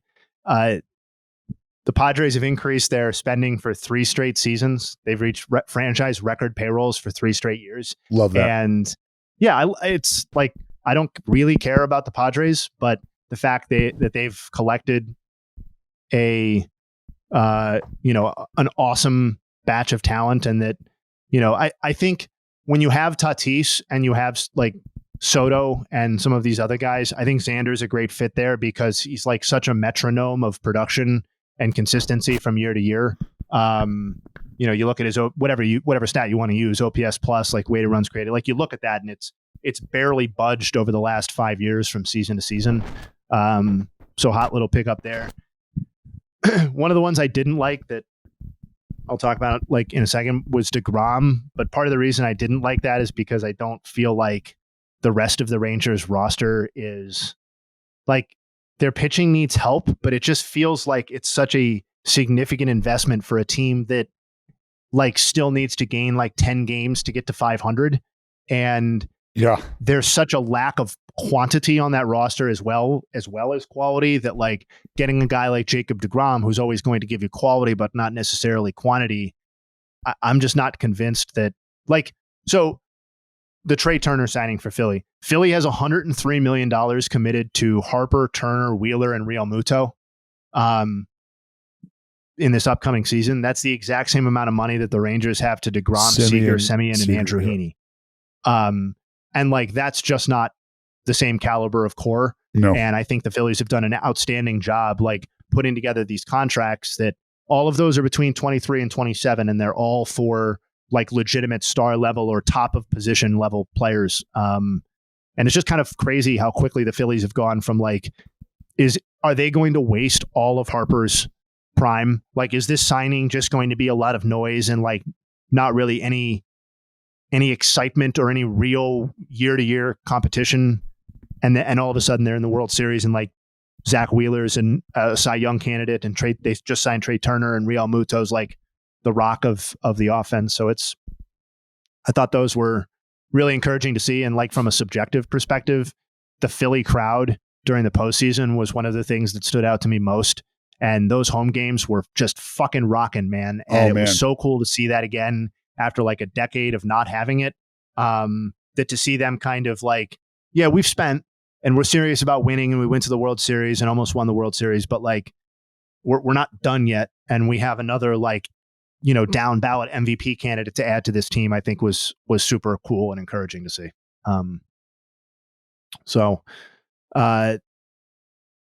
Love what the Blue Jays did. Go get them. Like Dalton Varsho and Brandon Belt, like not nearly as sexy as, some of the moves that other teams made, but they were a predominantly right-handed lineup. They went and got two guys who can hit from the left-hand side. Like, I know Brandon Belt sucked last year and was injured and all that, and he's getting older, but we're talking about a guy who had like a 9-season run where, he slashed 265, 361, 472. Like, Brandon Belt has been a really good player who has been underrated on a yearly basis because of, the kind of harsh offensive environment that he plays in for a left-handed fly ball kind of guy. And it would not surprise me if the Blue Jays got a really solid season for whatever the $9.5 million that they're paying him. And then Varsho was like fucking awesome last year. And I know they gave up, like a high-end prospect in Moreno to go get him, but the Blue Jays are trying to win baseball games now. Like, he played legitimate innings at 4 different positions last year, all 3 outfield and catcher. Like, he, depending on what defensive metric you want to use, he was either really good or fucking elite defensively. Like the StatCast metric had him as like one of the top 5 defensive players in baseball. So like, I don't know. I just like those are incremental improvents for me. For and think about like the Jays, dude. Jayhay, the Jays are one of my favorite teams, I think, going into this next season. And it's because the offense is still capable, still very, very capable with names in that lineup. They've gotten, is it fair to say that maybe they've gotten a little better defensively as well with the addition of Varsho, and they got Kiermaier out there. I still hate the Teoscar Hernandez trade. Yeah, he was a big part of. He was a guy who, huge. Like I think he ate in that lineup because of who else was around him, right? He was like the Nelly Cruz of the early like 2010, 2011 Texas Rangers teams. Well, yeah, you're surrounded by enough guys where like you can be the type of dude you are. You don't have necessarily all the pressure, and you got guys that can put the ball in play. You're going to have opportunities to drive guys in. And then obviously adding Bassett. I said this about Barrios. I don't think that you can expect that kind of season again from him. So I'd like to think that there's going to be improvement there. Kikuchi, maybe there's a little, maybe he doesn't finish the season a Blue Jay. I don't know. But yeah, I like where the Jays are at. And the Jordan Romano entrance there is fucking phenomenal. What was the podcast take on the Verlander to the Mets thing? Because like I couldn't have envisioned a better bounce back from losing Jacob deGrom than signing Justin Verlander to a deal that pays him $98 million less and is 3 years, like from a team perspective, obviously, and 3 years shorter term. Like, to me, like, I know obviously you sign like basically a 40-year-old pitcher. There's a level of risk there that's just kind of built in, but on a 2-year pact for a guy who, like, well, maybe he doesn't post a 1.75 ERA again, but there wasn't anything about his numbers that suggested that the end is near. No. And he could gain a run of ERA and still be like well worth $40 million a year. Like, you know, no loss of velo. You know, I think metrically everything's there. Yeah, you see some of these guys who, like, as they advance down their career and they want to keep the strikeouts intact, like they lean super heavily into sliders. Like we've seen that both from relievers and starters, where you see guys that are like all of a sudden pumping 40% sliders and striking out, you know, 10% more batters than they did the previous season. Verlander's not really doing that. Like, and he's still shoving the heater up your ass. Yeah, he's still got that fastball. And I don't know, I feel like that was, to me, that might be my single favorite signing of the offseason, just given like how much less exposed it feels like they are than, you know, a 5-year, 180 whatever $1 million pact for Jacob deGrom. That, you know, it's tough to talk that game that Steve Cohen and the Mets were talking in terms of spending and then see deGrom leave, but to know that it was backed up by plopping down, you know, almost $45 million a year for Justin Verlander. And then there's like the soft factor of the idea that you have Verlander and Scherzer, like two inner circle Hall of Fame guys kind of at the end, but still super awesome at the top of a rotation. Like, I don't know. That's kind of cool from a baseball and baseball history fan perspective. Yes, it is. Yes, it is. Do you think the Mets are a better team now than they were at the end of the year? Not really. No. It's hard not to feel the sting of that, the Carlos Correa what if. I mean, Jayhay. Like, I think it was a successful offseason overall for the Mets. Like, I feel like they can not be any better and have it be a little disappointing with the way that it played out, while also still being pretty successful because, you know, Diaz could have gotten away. They could have replaced deGrom with somebody a lot less impressive than Justin Verlander. They brought Brandon Nimmo back, regardless of what you think about, you know, 8 years and $160 million or whatever for Brandon Nimmo. Like, he makes that team better. I think they're roughly the same team that they were to start last season. I think Quintana is a nice replacement for Ty Walker. But, you know, it did feel like the Correa move was the one that kind of put them over the top in terms of the offseason. And to not have that, I'm not a doctor, obviously, can't look at the medicals, but that feels tough. It's tough to get teased like that, I guess. Do you guys think they're better? Or I think that they, for a team that took a couple of blows, like having Carlos Correa, then not having Carlos Correa, having Jacob deGrom, then not having Jacob deGrom. Yeah. I think that they have done I don't want to say adequate, maybe I'll even say above average job of, I would say, wearing 2 flesh wounds and still walking out of the hospital.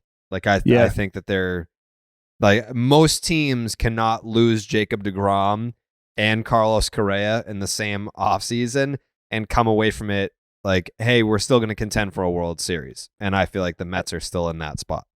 I think what makes it interesting is that it's a more complicated offseason in terms of successes or whatever than either of the teams they're competing against in the division. Like, the Braves had a straightforward, like, very successful offseason, I would say. You know, the contract extensions, the Sean Murphy acquisition and extension, like, the Braves continued doing what they do, lock up their young core, and they got better by importing another piece that fits along that timeline in Murphy. And the Phillies just went out and were like, we're going to sign Trey Turner for $300 million, and he just makes our team better. And we're not really losing anybody of significance that he has to replace. And for the Mets, it's, as you said, it's kind of like a give and take. It's a drop and add sort of situation, and it's kind of a little bit more of an eye of the beholder.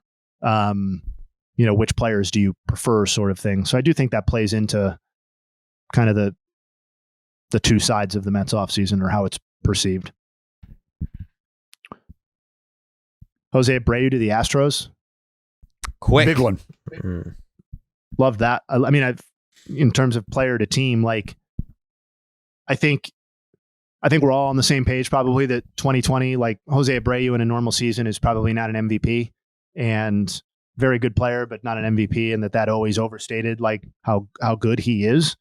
But I also think like we've gone too far in the other direction a little bit, and that his lack of homers from last year, like he only hit 15 in like 400 more plate appearances than he had in he just didn't hit the ball out. But I think that obscured the fact that in a lot of ways he was as good or better of an offensive player than he was in 21. So like what looks like a power outage or a player who's on a clear-cut decline, like I'm not totally convinced that's where it is. Like his K rate was like he'd never strike out less than he did last season. His, WOBA, weighted runs created plus, like both of those were up from 2021. And you put him in a situation where there's no question that he's going to get better coaching with the Astros than whatever he was receiving with the White Sox over the last few years. And it's not to say that a 36-year-old man needs a ton of coaching, but like if we're dealing with maybe a little bit of a loss of bat speed, or like can't hit a particular pitch quite as well as he used to, like I have more faith that decline is going to be stemmed in Houston than I would if he had stayed in Chicago. So I'm for what they need him to be, and at the price they're paying, like it's less than $20 million a year. That's just not that much in today's game. I think it was a great. No, the qualifying offer is damn near $19 million. Right. Like the Cubs are paying Cody Bellinger, granted it's 1 year. The Cubs are paying Cody Bellinger the same on a yearly basis that the Astros will pay Jose Abreu this year. And Cody Bellinger fucking sucks. Like so bad. He's on my other list, but real bad. Real bad. I mean, yeah, seemed like it might be breaking news, but no, he is really bad. So there's that. We can just get to the bad stuff, I guess, then. Because it's Cubs are front and center. Let's start with the man that I think we all know is going to be on this list, and that's the signing of Eric Hosmer. Oh, God. What in the world is happening there? What, Dallas? I'm so glad we have you on the podcast.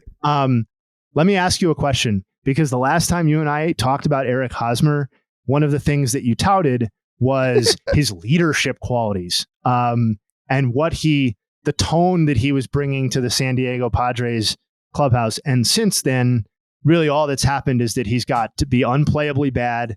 They were like publicly trying to get him out of San Diego, like desperately. We're like, we will give you anything to take this guy.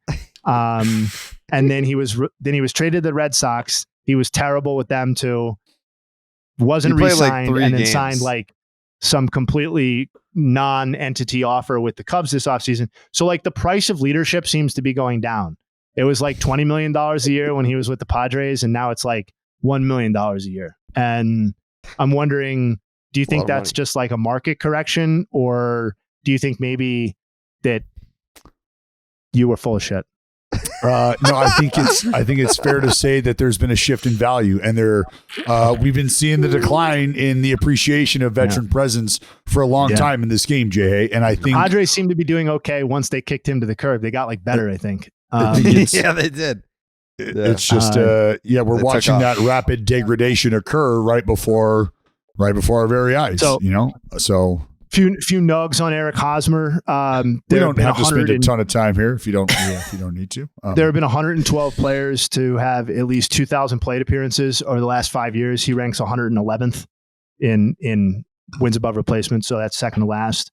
For context on how much 0.3 wins above replacement over 5 seasons is, Andrew McCutchen, who we're all happy he's back with the Pirates. He's back. Yay. I can't scream. Yay. And therein marks the Pirates season highlight. Andrew McCutchen had 0.3 F4 just last season when he was new. I'm taking this segment awfully personally. He got it in one season what Hosmer has taken 5 to get. A little bit more context. There were 4 batters who got 0.3 F4 on the final day of the season last year.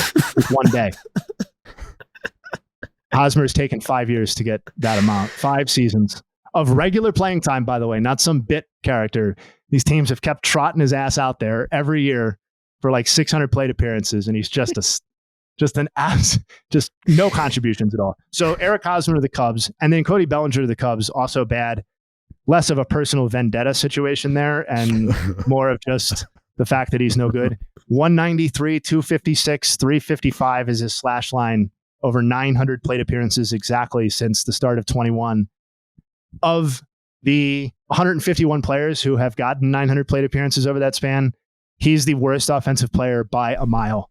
The second worst is Miles Straw, who is only offensive in a theoretical sense, right? Like he plays an elite center field for Cleveland, and they sort of let him bat.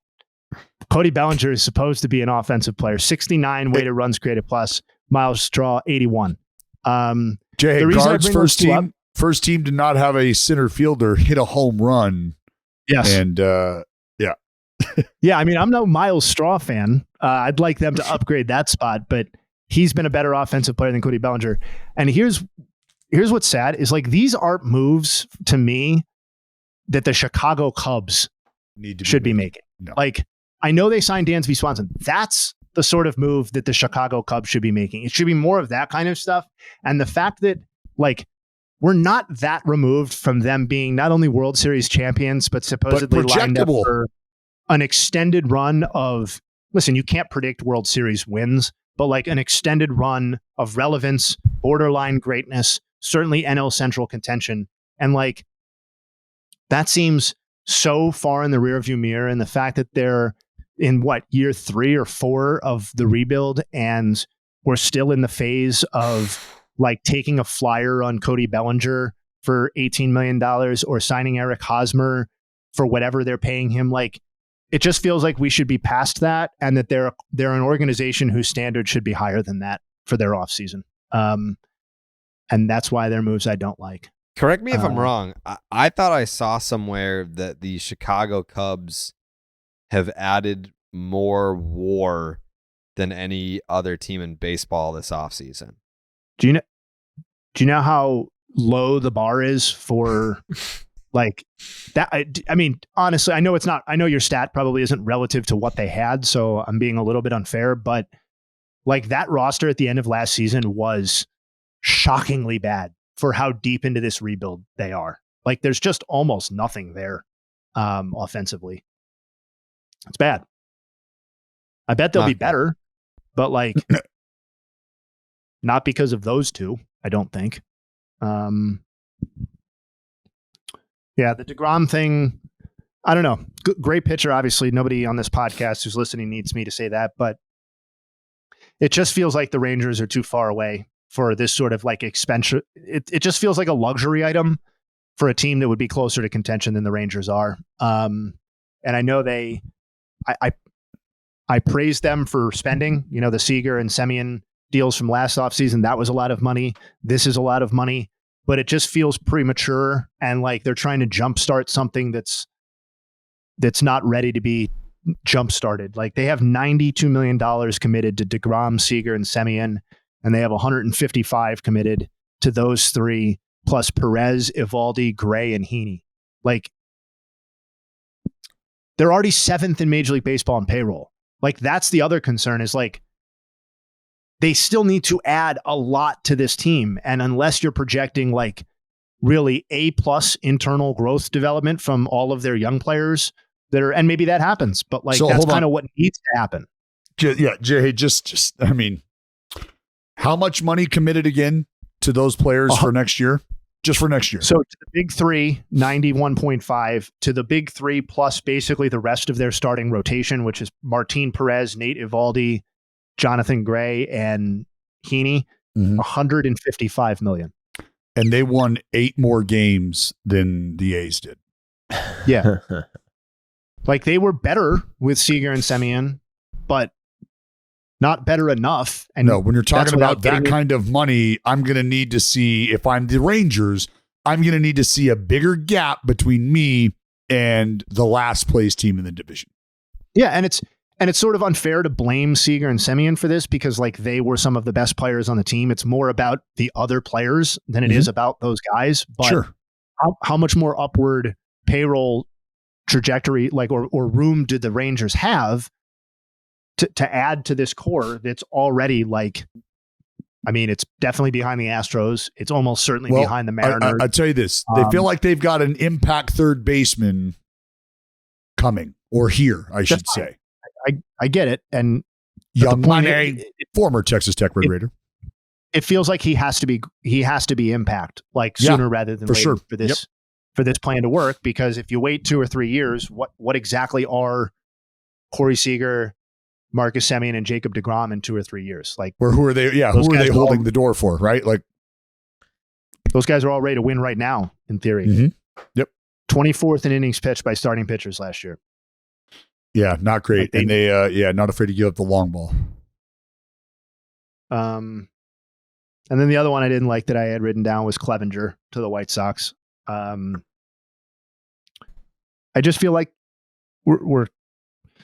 he's not the pitcher that he was, and everything about watching Mike Clevenger and looking at the stats and stuff like that doesn't lead me to believe that he's a guy who is going to be making the adjustments necessary to be a different kind of successful pitcher. Like he's gone from 34% to 19% strikeout rate in 2 years. And his fastball, I'm looking at a guy whose fastball velocity is down almost 2 miles an hour from 2 seasons ago. Like, yes, injuries, but like that's what happens with injuries, right? Like they do, Dallas, you've told us many times, like they do sap some of your ability to bounce back after a while, and you can't get to the same velocity. And you can, like, Clev has never been a guy who's been like a high pitchability guy to me. Well, injuries, yeah, or a craftsman necessarily. And well, to your point, Jayhay, watching him, like the injuries, and I've talked to him about this.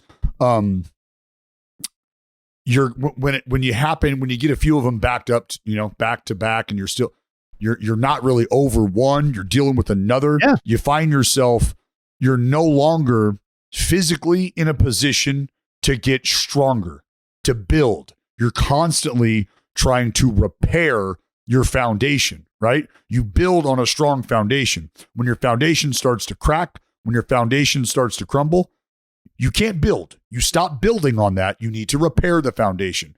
But if you're just constantly eroding, you never have the opportunity to build again. You're just constantly playing catch up, it feels like, physically. And that's, to your point about the numbers, that's what we're seeing happen on the field.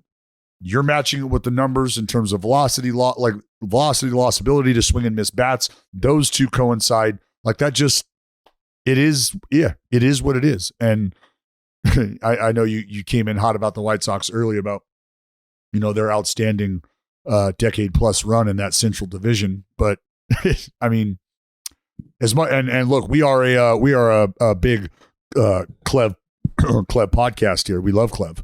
Love Clev. I mean, like when it happened, what I was it's not thinking, a personal thing against Mike Clevenger. No. It's just, he pitches a certain way, and he pitched a certain way when he was at his peak with Cleveland. And whether it's been with San Diego or, I guess we'll see with the White Sox, he just hasn't been able to recapture that level of dominance. And, the White Sox big moves were Clevenger and Benintendi. And I'm just not sure that, I think expectations should be in check there if you're a White Sox fan, for sure. Yes, I think that's fair to say. I'm actually surprised that you didn't have any complaints about the Bogarts contract. Complaints like from the Padres end? Yeah. You think it's rich? They literally doubled the next best offer. They doubled everything. They doubled everything. Years, they doubled the fucking money, dollars. They doubled the years. Yeah. And I'll say this: like, I'm more confused why the other best offer was half of that, because like the Red Sox hate him. I must be missing something about like the Xander Bogaerts market then, because to me it was like him getting a Trey Turner-esque deal, or like in line with what Carlos Correa was going to get in the original iterations of his deals with the Giants or Mets in terms of average annual value and approximate overall value. Like, it didn't seem strange to me that Bogaerts would be grouped among that group. Like, maybe his upside is a little less than those guys on a year-to-year basis, but he's been so outstanding for so long. Like, I would have assumed that. I don't understand why the other evaluations were $150 million or whatever you're telling me it was. Yeah, I mean, the Red Sox were somewhere around 6 for 167 for, I don't know, not 180, but while we're on the Padres, like one of the things I'm rooting hardest for in 23 is that the Padres overtake the Dodgers and actually just win that division. Because like I feel like they keep adding and keep coming up like 15 games short of the Dodgers, and it's like subjectively I just kind of want that group to break through and be more than kind of just like a fun, not sideshow, because they were a very good team last year, but to kind of take control of that division at least for a year, coming off a year where the Dodgers didn't really invest a whole lot this offseason, kind of let more people walk than they signed. I think it would be cool if what the Padres have done from a roster building perspective was quote unquote rewarded with, a legitimately dominating 100-win division season or something like that. It would be nice. I don't like, the Dodgers are obviously a very good team, but even just like looking at the roster last year, is that a 111 win team? They just are, just because they are. They just spawn with 100 wins every year. Yeah, I mean, I would like to see the odds in the division right now, because I think people just give it to the Dodgers. But if you just went down the roster, and with Tatis back, adding Bogaerts, like if you just traded if you traded the whole Padres team to the Dodgers, that you probably project the Dodgers to win about 120 games next year. I mean, the Dodgers get contributions from everywhere, it feels like. Looks like, if I'm looking at DraftKings correctly, it looks like Dodgers are minus 130, Padres are plus 135 to win the division for 23. The gap is closing. And I was going to say, those are respectable odds as we said today. Yeah. It's basically the exact same gap that they have for the Cardinals and the Brewers in the NL Central. Where are the Giants out there, Jayhay, just for entertainment Plus 1,000. Plus 1,000. Yep. Pretty obviously a big gap between the Padres at 2 and the Giants at 3. And then the other teams are, relegation candidates. They are in the division. They are there for sure. Well, speaking of being there, Blue Moon is always there for you. Oh, aren't they? I got to tell you, I absolutely hammered Blue Moons. Blue Moons were the beverage du jour before I started to get into some bourbon late night. But Blue Moons, oh, buddy. Was Blue Moon the beverage of choice in the clubhouse when the fighting Dallases are winning a championship? I actually, and you can ask this happened. I walked into the bar blasting "We Are the Champions" standard, and then I yelled, "Moon me, Jake! Moons for the boys!" and ordered Blue Moons for my entire team. It was phenomenal, and they fucking erupted. It was great. How many oranges? Cool, It was great. Well, we only had 12 players on our team, so a minimum of 12. Well, we didn't use 12 whole oranges. Can't fit a whole fucking orange in a bottle, Joe. Jesus, you ever had a Blue Moon? Sure. That's my personal style. Yeah, so a slice. So maybe just a couple oranges. You ever try a hard-boiled egg in there? What? No, I'm fucking Hard-boiled civilized. egg. What? You're a lunatic. If you go to the right place, they'll give it to you. Yeah, what? Hawaii? That's where they put eggs on everything if you want. Next time, just pop a fucking egg in the Yeah. blue moon. No, and then what do I do? Just throw that in the microwave? What? The fuck out of here with your fucking deep fried blue moon. Knock it back. Fucking weirdo. You are a weirdo. Trades, free agency, roster cuts, baseball season feels so far away, but excitement is already building. Blue Moon gives you a dose of ballpark nostalgia without even being at the park. In fact, Blue Moon, Jayhay, you might not know this, Blue Moon was born in a ballpark at the Sandlot Brewery in Denver, Colorado. Its bold flavor, bright explosion of color, and iconic orange slice ritual guarantees a one-of-a-kind beer experience year-round. And if you're on Dallas's A's fantasy camp team, it's a one-of-a-kind beer experience inside the clubhouse after winning the championship. Blue Moons were getting popped all over the place. You had orange peels all over the place. The coriander, you could smell it through the rafters. Coriander was thick, Jared. I was wiping away the coriander. It was hints, and then it was strong. It was hints, and then it was fucking just in my face. But also there was champagne in my face too. So it was like coriander, champagne. My wrist, my wrist started barking a little bit because I had this fucking ring on. Like it just, man, yeah. But coriander in my grill.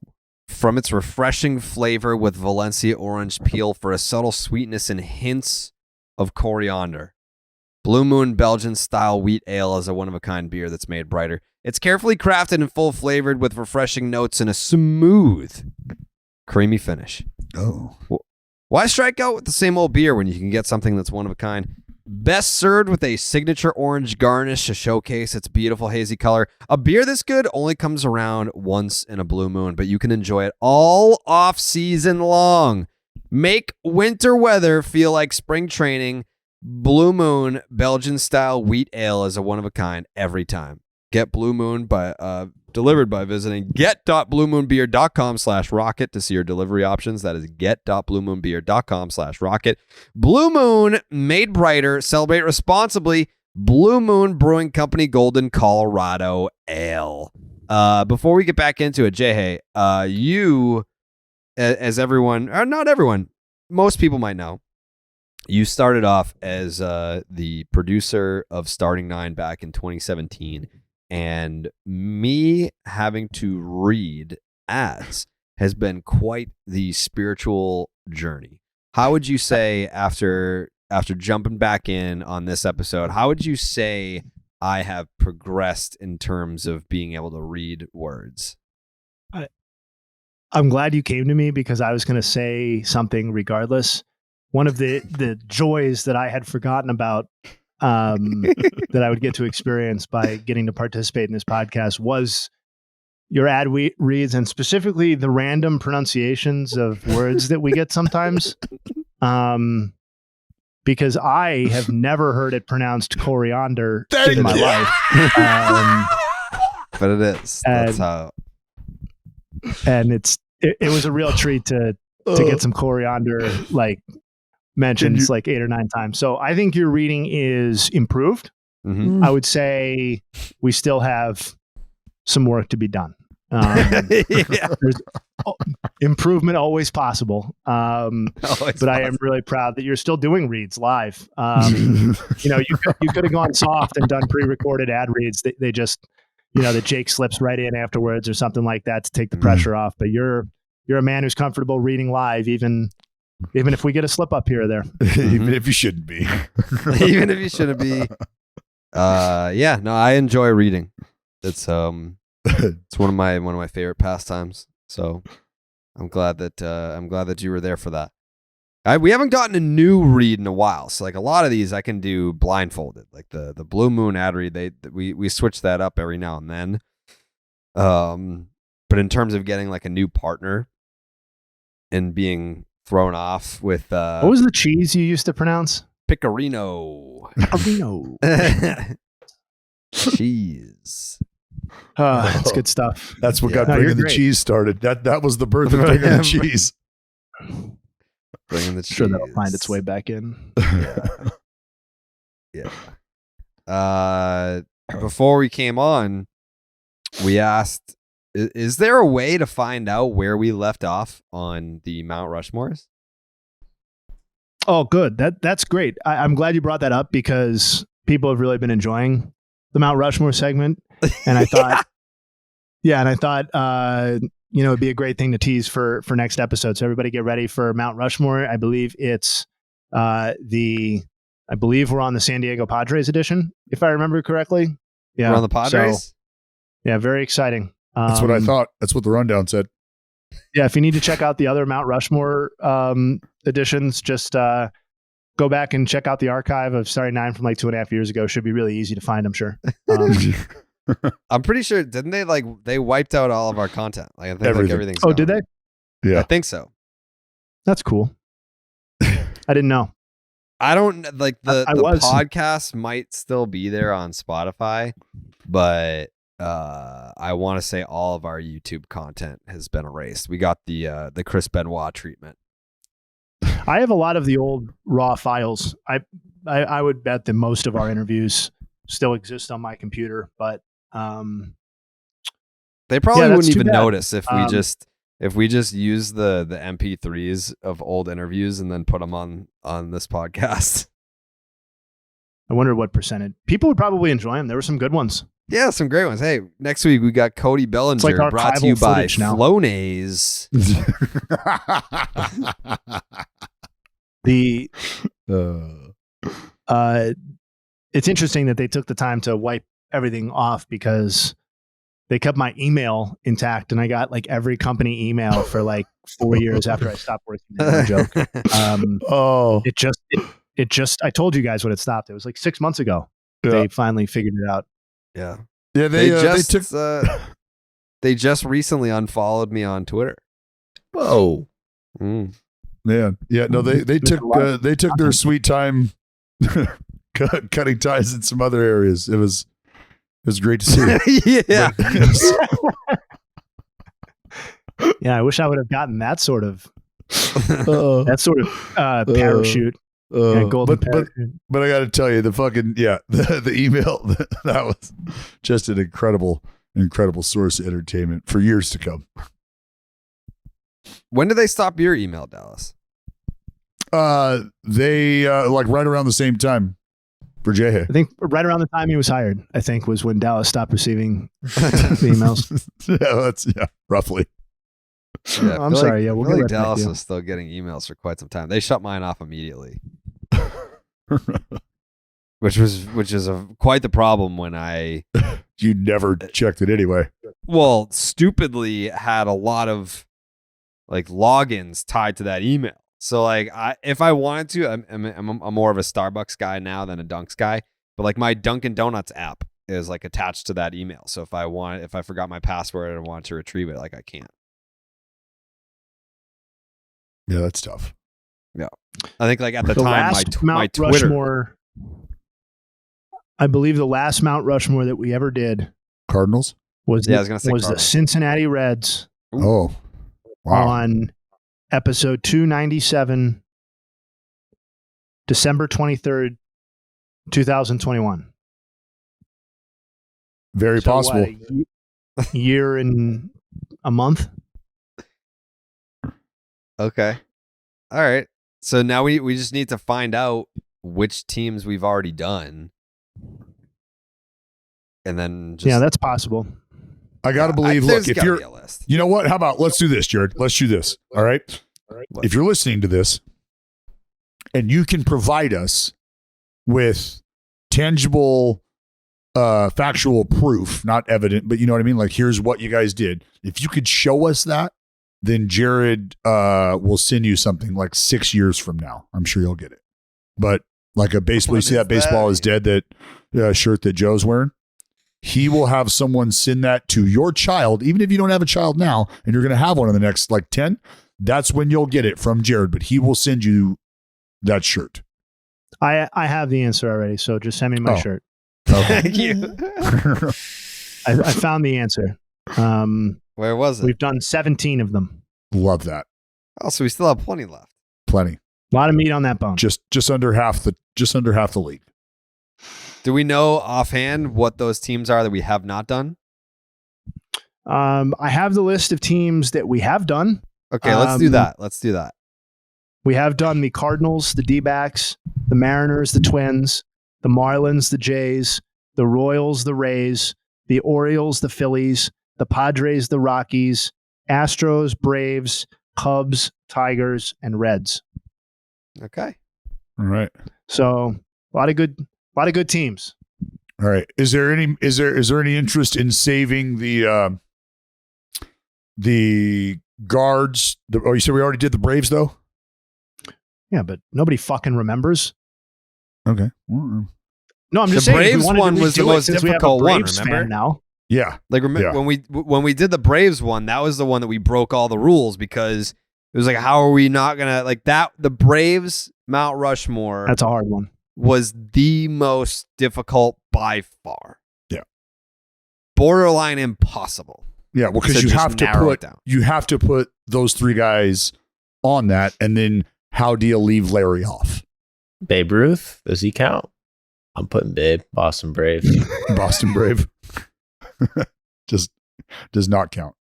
He's my number one. Does not count. He sucks.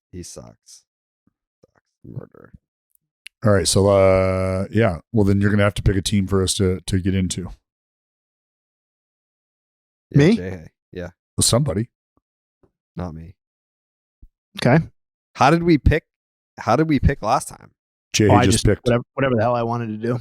Yep. Not any more scientific than that. Okay.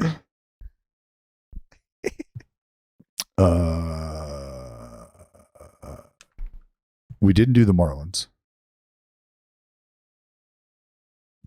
In honor of McCutcheon, should we do the Pirates? Ooh. I'm into that. Yeah, okay. Seems like a nice one to ease back into, right? Yeah. Next week. Got some legitimate legends on that team. Some great. Next week, the Pittsburgh Pirates. A couple of different pockets of relevance throughout its history. Mm-hmm. Could really tap into all corners of baseball. Mm-hmm. I'm throwing out Steve Blass. Just going to throw that out there. Did we do the A's? Did we do the A's? No. I No. don't think. Okay.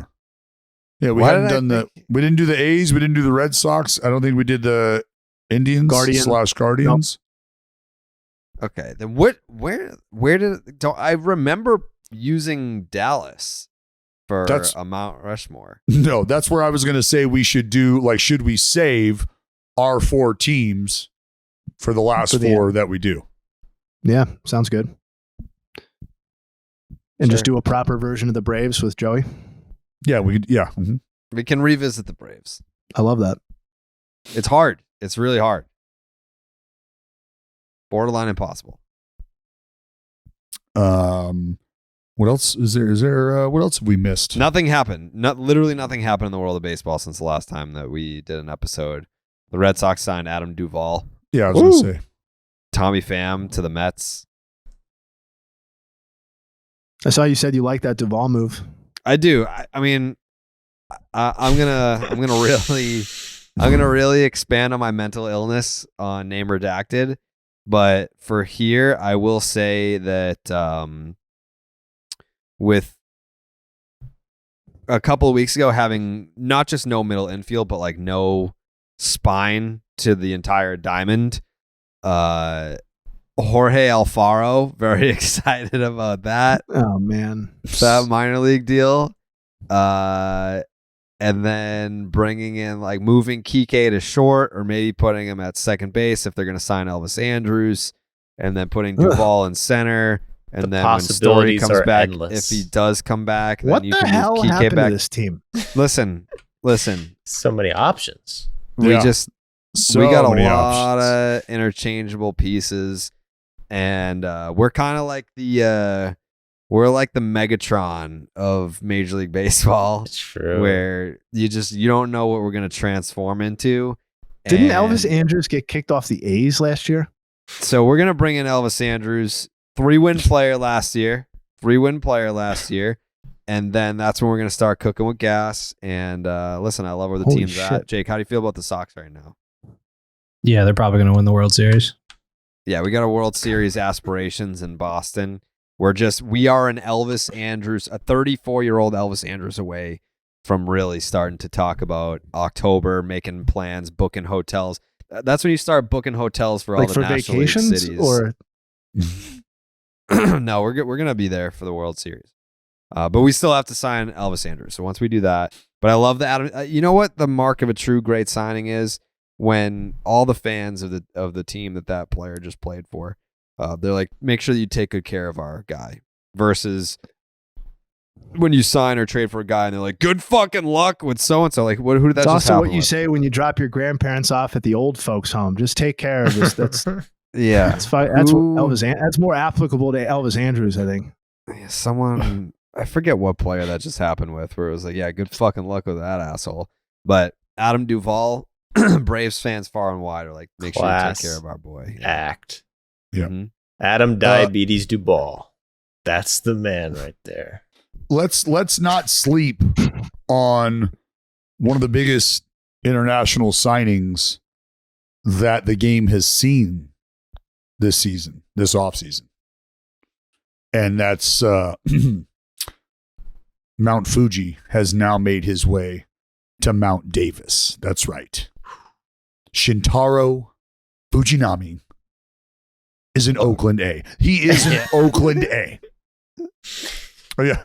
I know there was a Is he lot a of player? anticipation. Baseball Is he world. a player? Whoa. Is he a I didn't know player? if it was like didn't know if it was like a front office pick. I didn't know if we were doing fantasy camp again. I don't know. You're talking about a guy who goes, I don't know, 95 to 101 from the right side. Hey. Cuervo split. Like, Didn't know buddy, if he was a city council lobbyist or something like that. no, it's no. Yeah, this guy's going to be nasty. Going to be absolutely nasty. He's been thrown over at Cal with former Oakland A, current Cal head coach Mike New. Look, when you talk about moves to get you excited for the next season, this guy's he When are you says going it to all. start talking about those? Talking about what? Oh, Those it moves? was about this move. Oh, This move right here. It's I don't want to call it the first domino, Jayhay. I'm not going to call it the first domino. That's not, I'm here to talk about the baseball team. That's all I'm here to do. So I'm not here to manage the baseball team, just here to talk about it. He seems first domino, last nail. He seems very excited. Very excited. The guy was dominant in Japan for the last decade. Dominant. Mm-hmm. So I got a lot of hopes to watch this guy come over. I on a serious note, I am excited because when you start talking about trade piece, yeah. high velocity arms, it's fun to watch.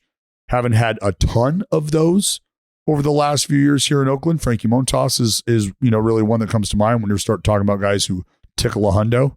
So for that to be well within range, that's something fun to note.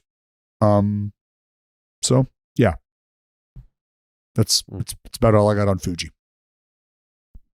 Riveting. It is. It's absolutely moving. Joey, you see they're giving Judgy a key to the city. Took him long enough. Jeez. I mean, that's our captain, isn't it? Yeah. The key to New York. Yeah, I Hell guess yeah. so. I'm fucking me and dude, we're gonna be hanging out. I might move to New York. Now I know we can get it anywhere. Yeah. Yeah. They Judgy, do. Judgy getting the key to the city, bro. When is It was that always- happening? I saw it like a few days ago that let me see.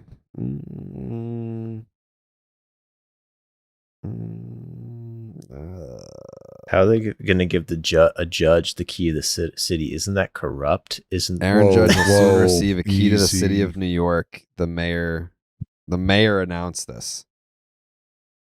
Wow. Good for him. That's what happens when you get the key to the city. But it Who was, else is? I want to see a history of who else has gotten the key to the city in New York. I bet there's some shitheads in there. some people that you wouldn't think are worthy of that. Is that what you're saying? Yeah. Like, do you think like Carmelo Anthony has the key to the city in New York? Is he a bad dude? I don't know. Is he a shithead? I feel like, I don't know. Like, has he done something where I feel like Melo was chill? Melo's a good guy, right? No, am I wrong? I don't know him. Yeah, well, I don't know him either. But I mean, I'm just like, yeah, I don't know. Was there like a cancellation on Melo that I missed, or like, my God, I don't know. No, Like, yeah. Did they give? They probably gave like Chuck Knobloch a key to the city at some point too. Wow, that's mean. Why does that mean? Didn't old Chuck have the yips? Yeah, real piece of shit. Your words, not mine. I don't think that's how that went. You literally told me that off the air. No, Yeah, I you didn't. did. Have you ever met him before? I think No. he is a piece of shit. Look that up. Didn't Chuck Knobloch do some piece of shit stuff? Yeah, he he did, did. right? Mhm. Yes. Was that like domestic abuse and shit? I No, I'm just forget. throwing out accusations. I gotta see what the hell. Yeah, He I have did one in some- my head that I'm He not going to definitely say. got aloud. arrested for something, right? Oh, well, Jared's already said it out loud. Why don't you just fucking throw it out there and slander the guy? I don't know. I was at the Yeah, it was I don't know domestic why. violence. It was domestic violence. Yeah. Yep. Domestic violence charges in 2009. Yeah. Yep. And in 2014 again. So he's a multi-offender. Jesus. Probably has a key to the city though, I bet. Well, they're just willing to look past some things in New York, Yeah. which we know. Oh, of course. Any other news tidbits? Jayhay, you have anything else written down over there? No. I think I said enough. Well, great to as be you back, can though. see, Jayhay, we have maintained the integrity of the pod, and we try to keep it tight and narrow, Yes. very succinct. And so I think it's only fitting your first day back. Crossing the 2-hour mark. Well, I With- feel like Not a damn thing. I don't know what Jake. Do we know what the exact plan is for the podcast schedule once the season starts? Have we decided on that? I mean, right now we're talking Monday, Wednesday, Thursday. Monday, Wednesday, Thursday. So Monday would be like the meaty this is Series what happened over the recaps, blah, blah, blah, blah, weekend. blah. Yeah. So like Yeah. that'll probably be like a 2-hour piece. Wednesday, probably like an hour-ish. And then the Thursday one would be here's kind of like what's going on this weekend. So you'll have tentatively speaking, we'll be at 3 episodes a week once the season starts, which is also another announcement, I guess.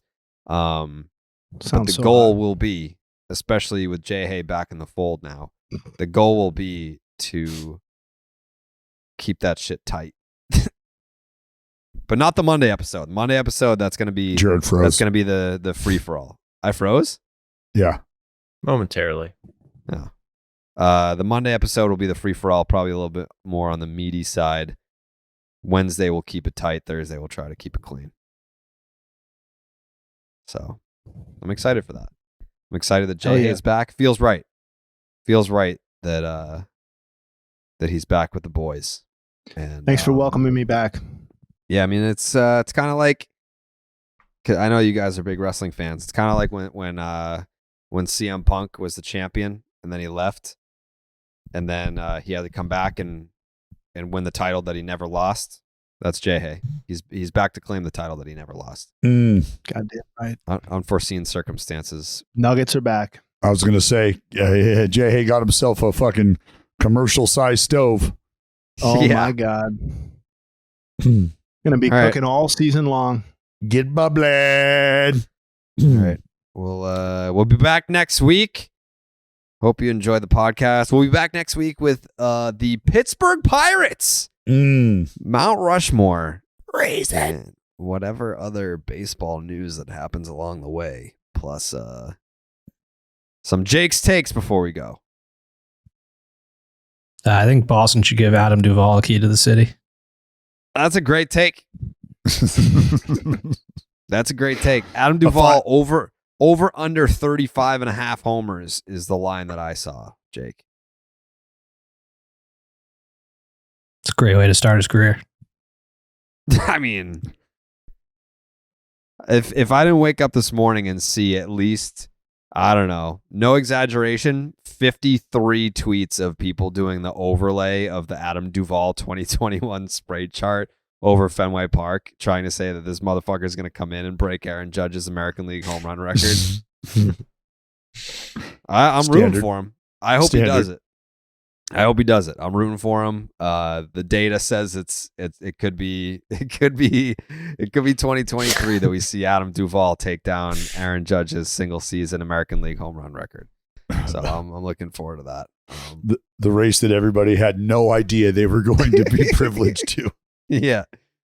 Duvall, Judge, American League single season home run record. Just as long as you knock down Roger Maris Jr. one more peg, that fucking loser. I can see him. He's going to start showing up to Red Sox games uninvited. Yeah. Yeah. Oh my God. I would have security remove him so fast. I'm here for every bit of that. I don't know if you have that power anymore, buddy. Ever since you packed your bags and moved out of there. Yeah. I can still see Fenway from my house. Moved out to the burbs. Yeah, God doesn't even go to Dunkin' anymore. Starbucks guy. Nope. Starbucks guy. I've been a Starbucks Burbs guy. Damn. I mean, Jared, has Jayhay, did you get to see the Christmas present that I got, Jared? I can't get it from here. You can't what? I can't get it from here. My legs are broken. I don't think that's true. I think, come on, Jayhay's first day back. Can you just please show Jayhay the picture? Show him your Christmas present. I can't get up right now. I'm very sleepy. That's unfortunate. Then I'll just have to text it to him. Did I send you a picture? Oh, buddy, I mean, there's people that are in your house that have your phone number that have my phone number. Okay. So yeah. I mean, I'm putting it in my living room. Dallas sent me a picture of himself with my mother and my adopted sister, and then sent it to me as a housewarming gift. In a massive picture frame that would take up a large portion of the wall. I mean, it's got its own wall. I think Jayhay's frozen. No, he's there. All right. He just knows it's a good gift. He wants to see it. It's all right if you want to keep it from him, though. It's fine. I'll see it eventually. Yeah. Yeah, I'll see it eventually. All right. Well, Jared, best of luck on your leg surgery. Thank you. There are people. I did see that when I said that we had an announcement. Someone said Jared's finally getting the leg implants. The leg lengthening surgery. Yeah, the leg implants. Well, leg implants to me is the calf implants. Oh no, those different implant. Yeah, totally different surgery. All right. Mm. See you next week. Okay. We go.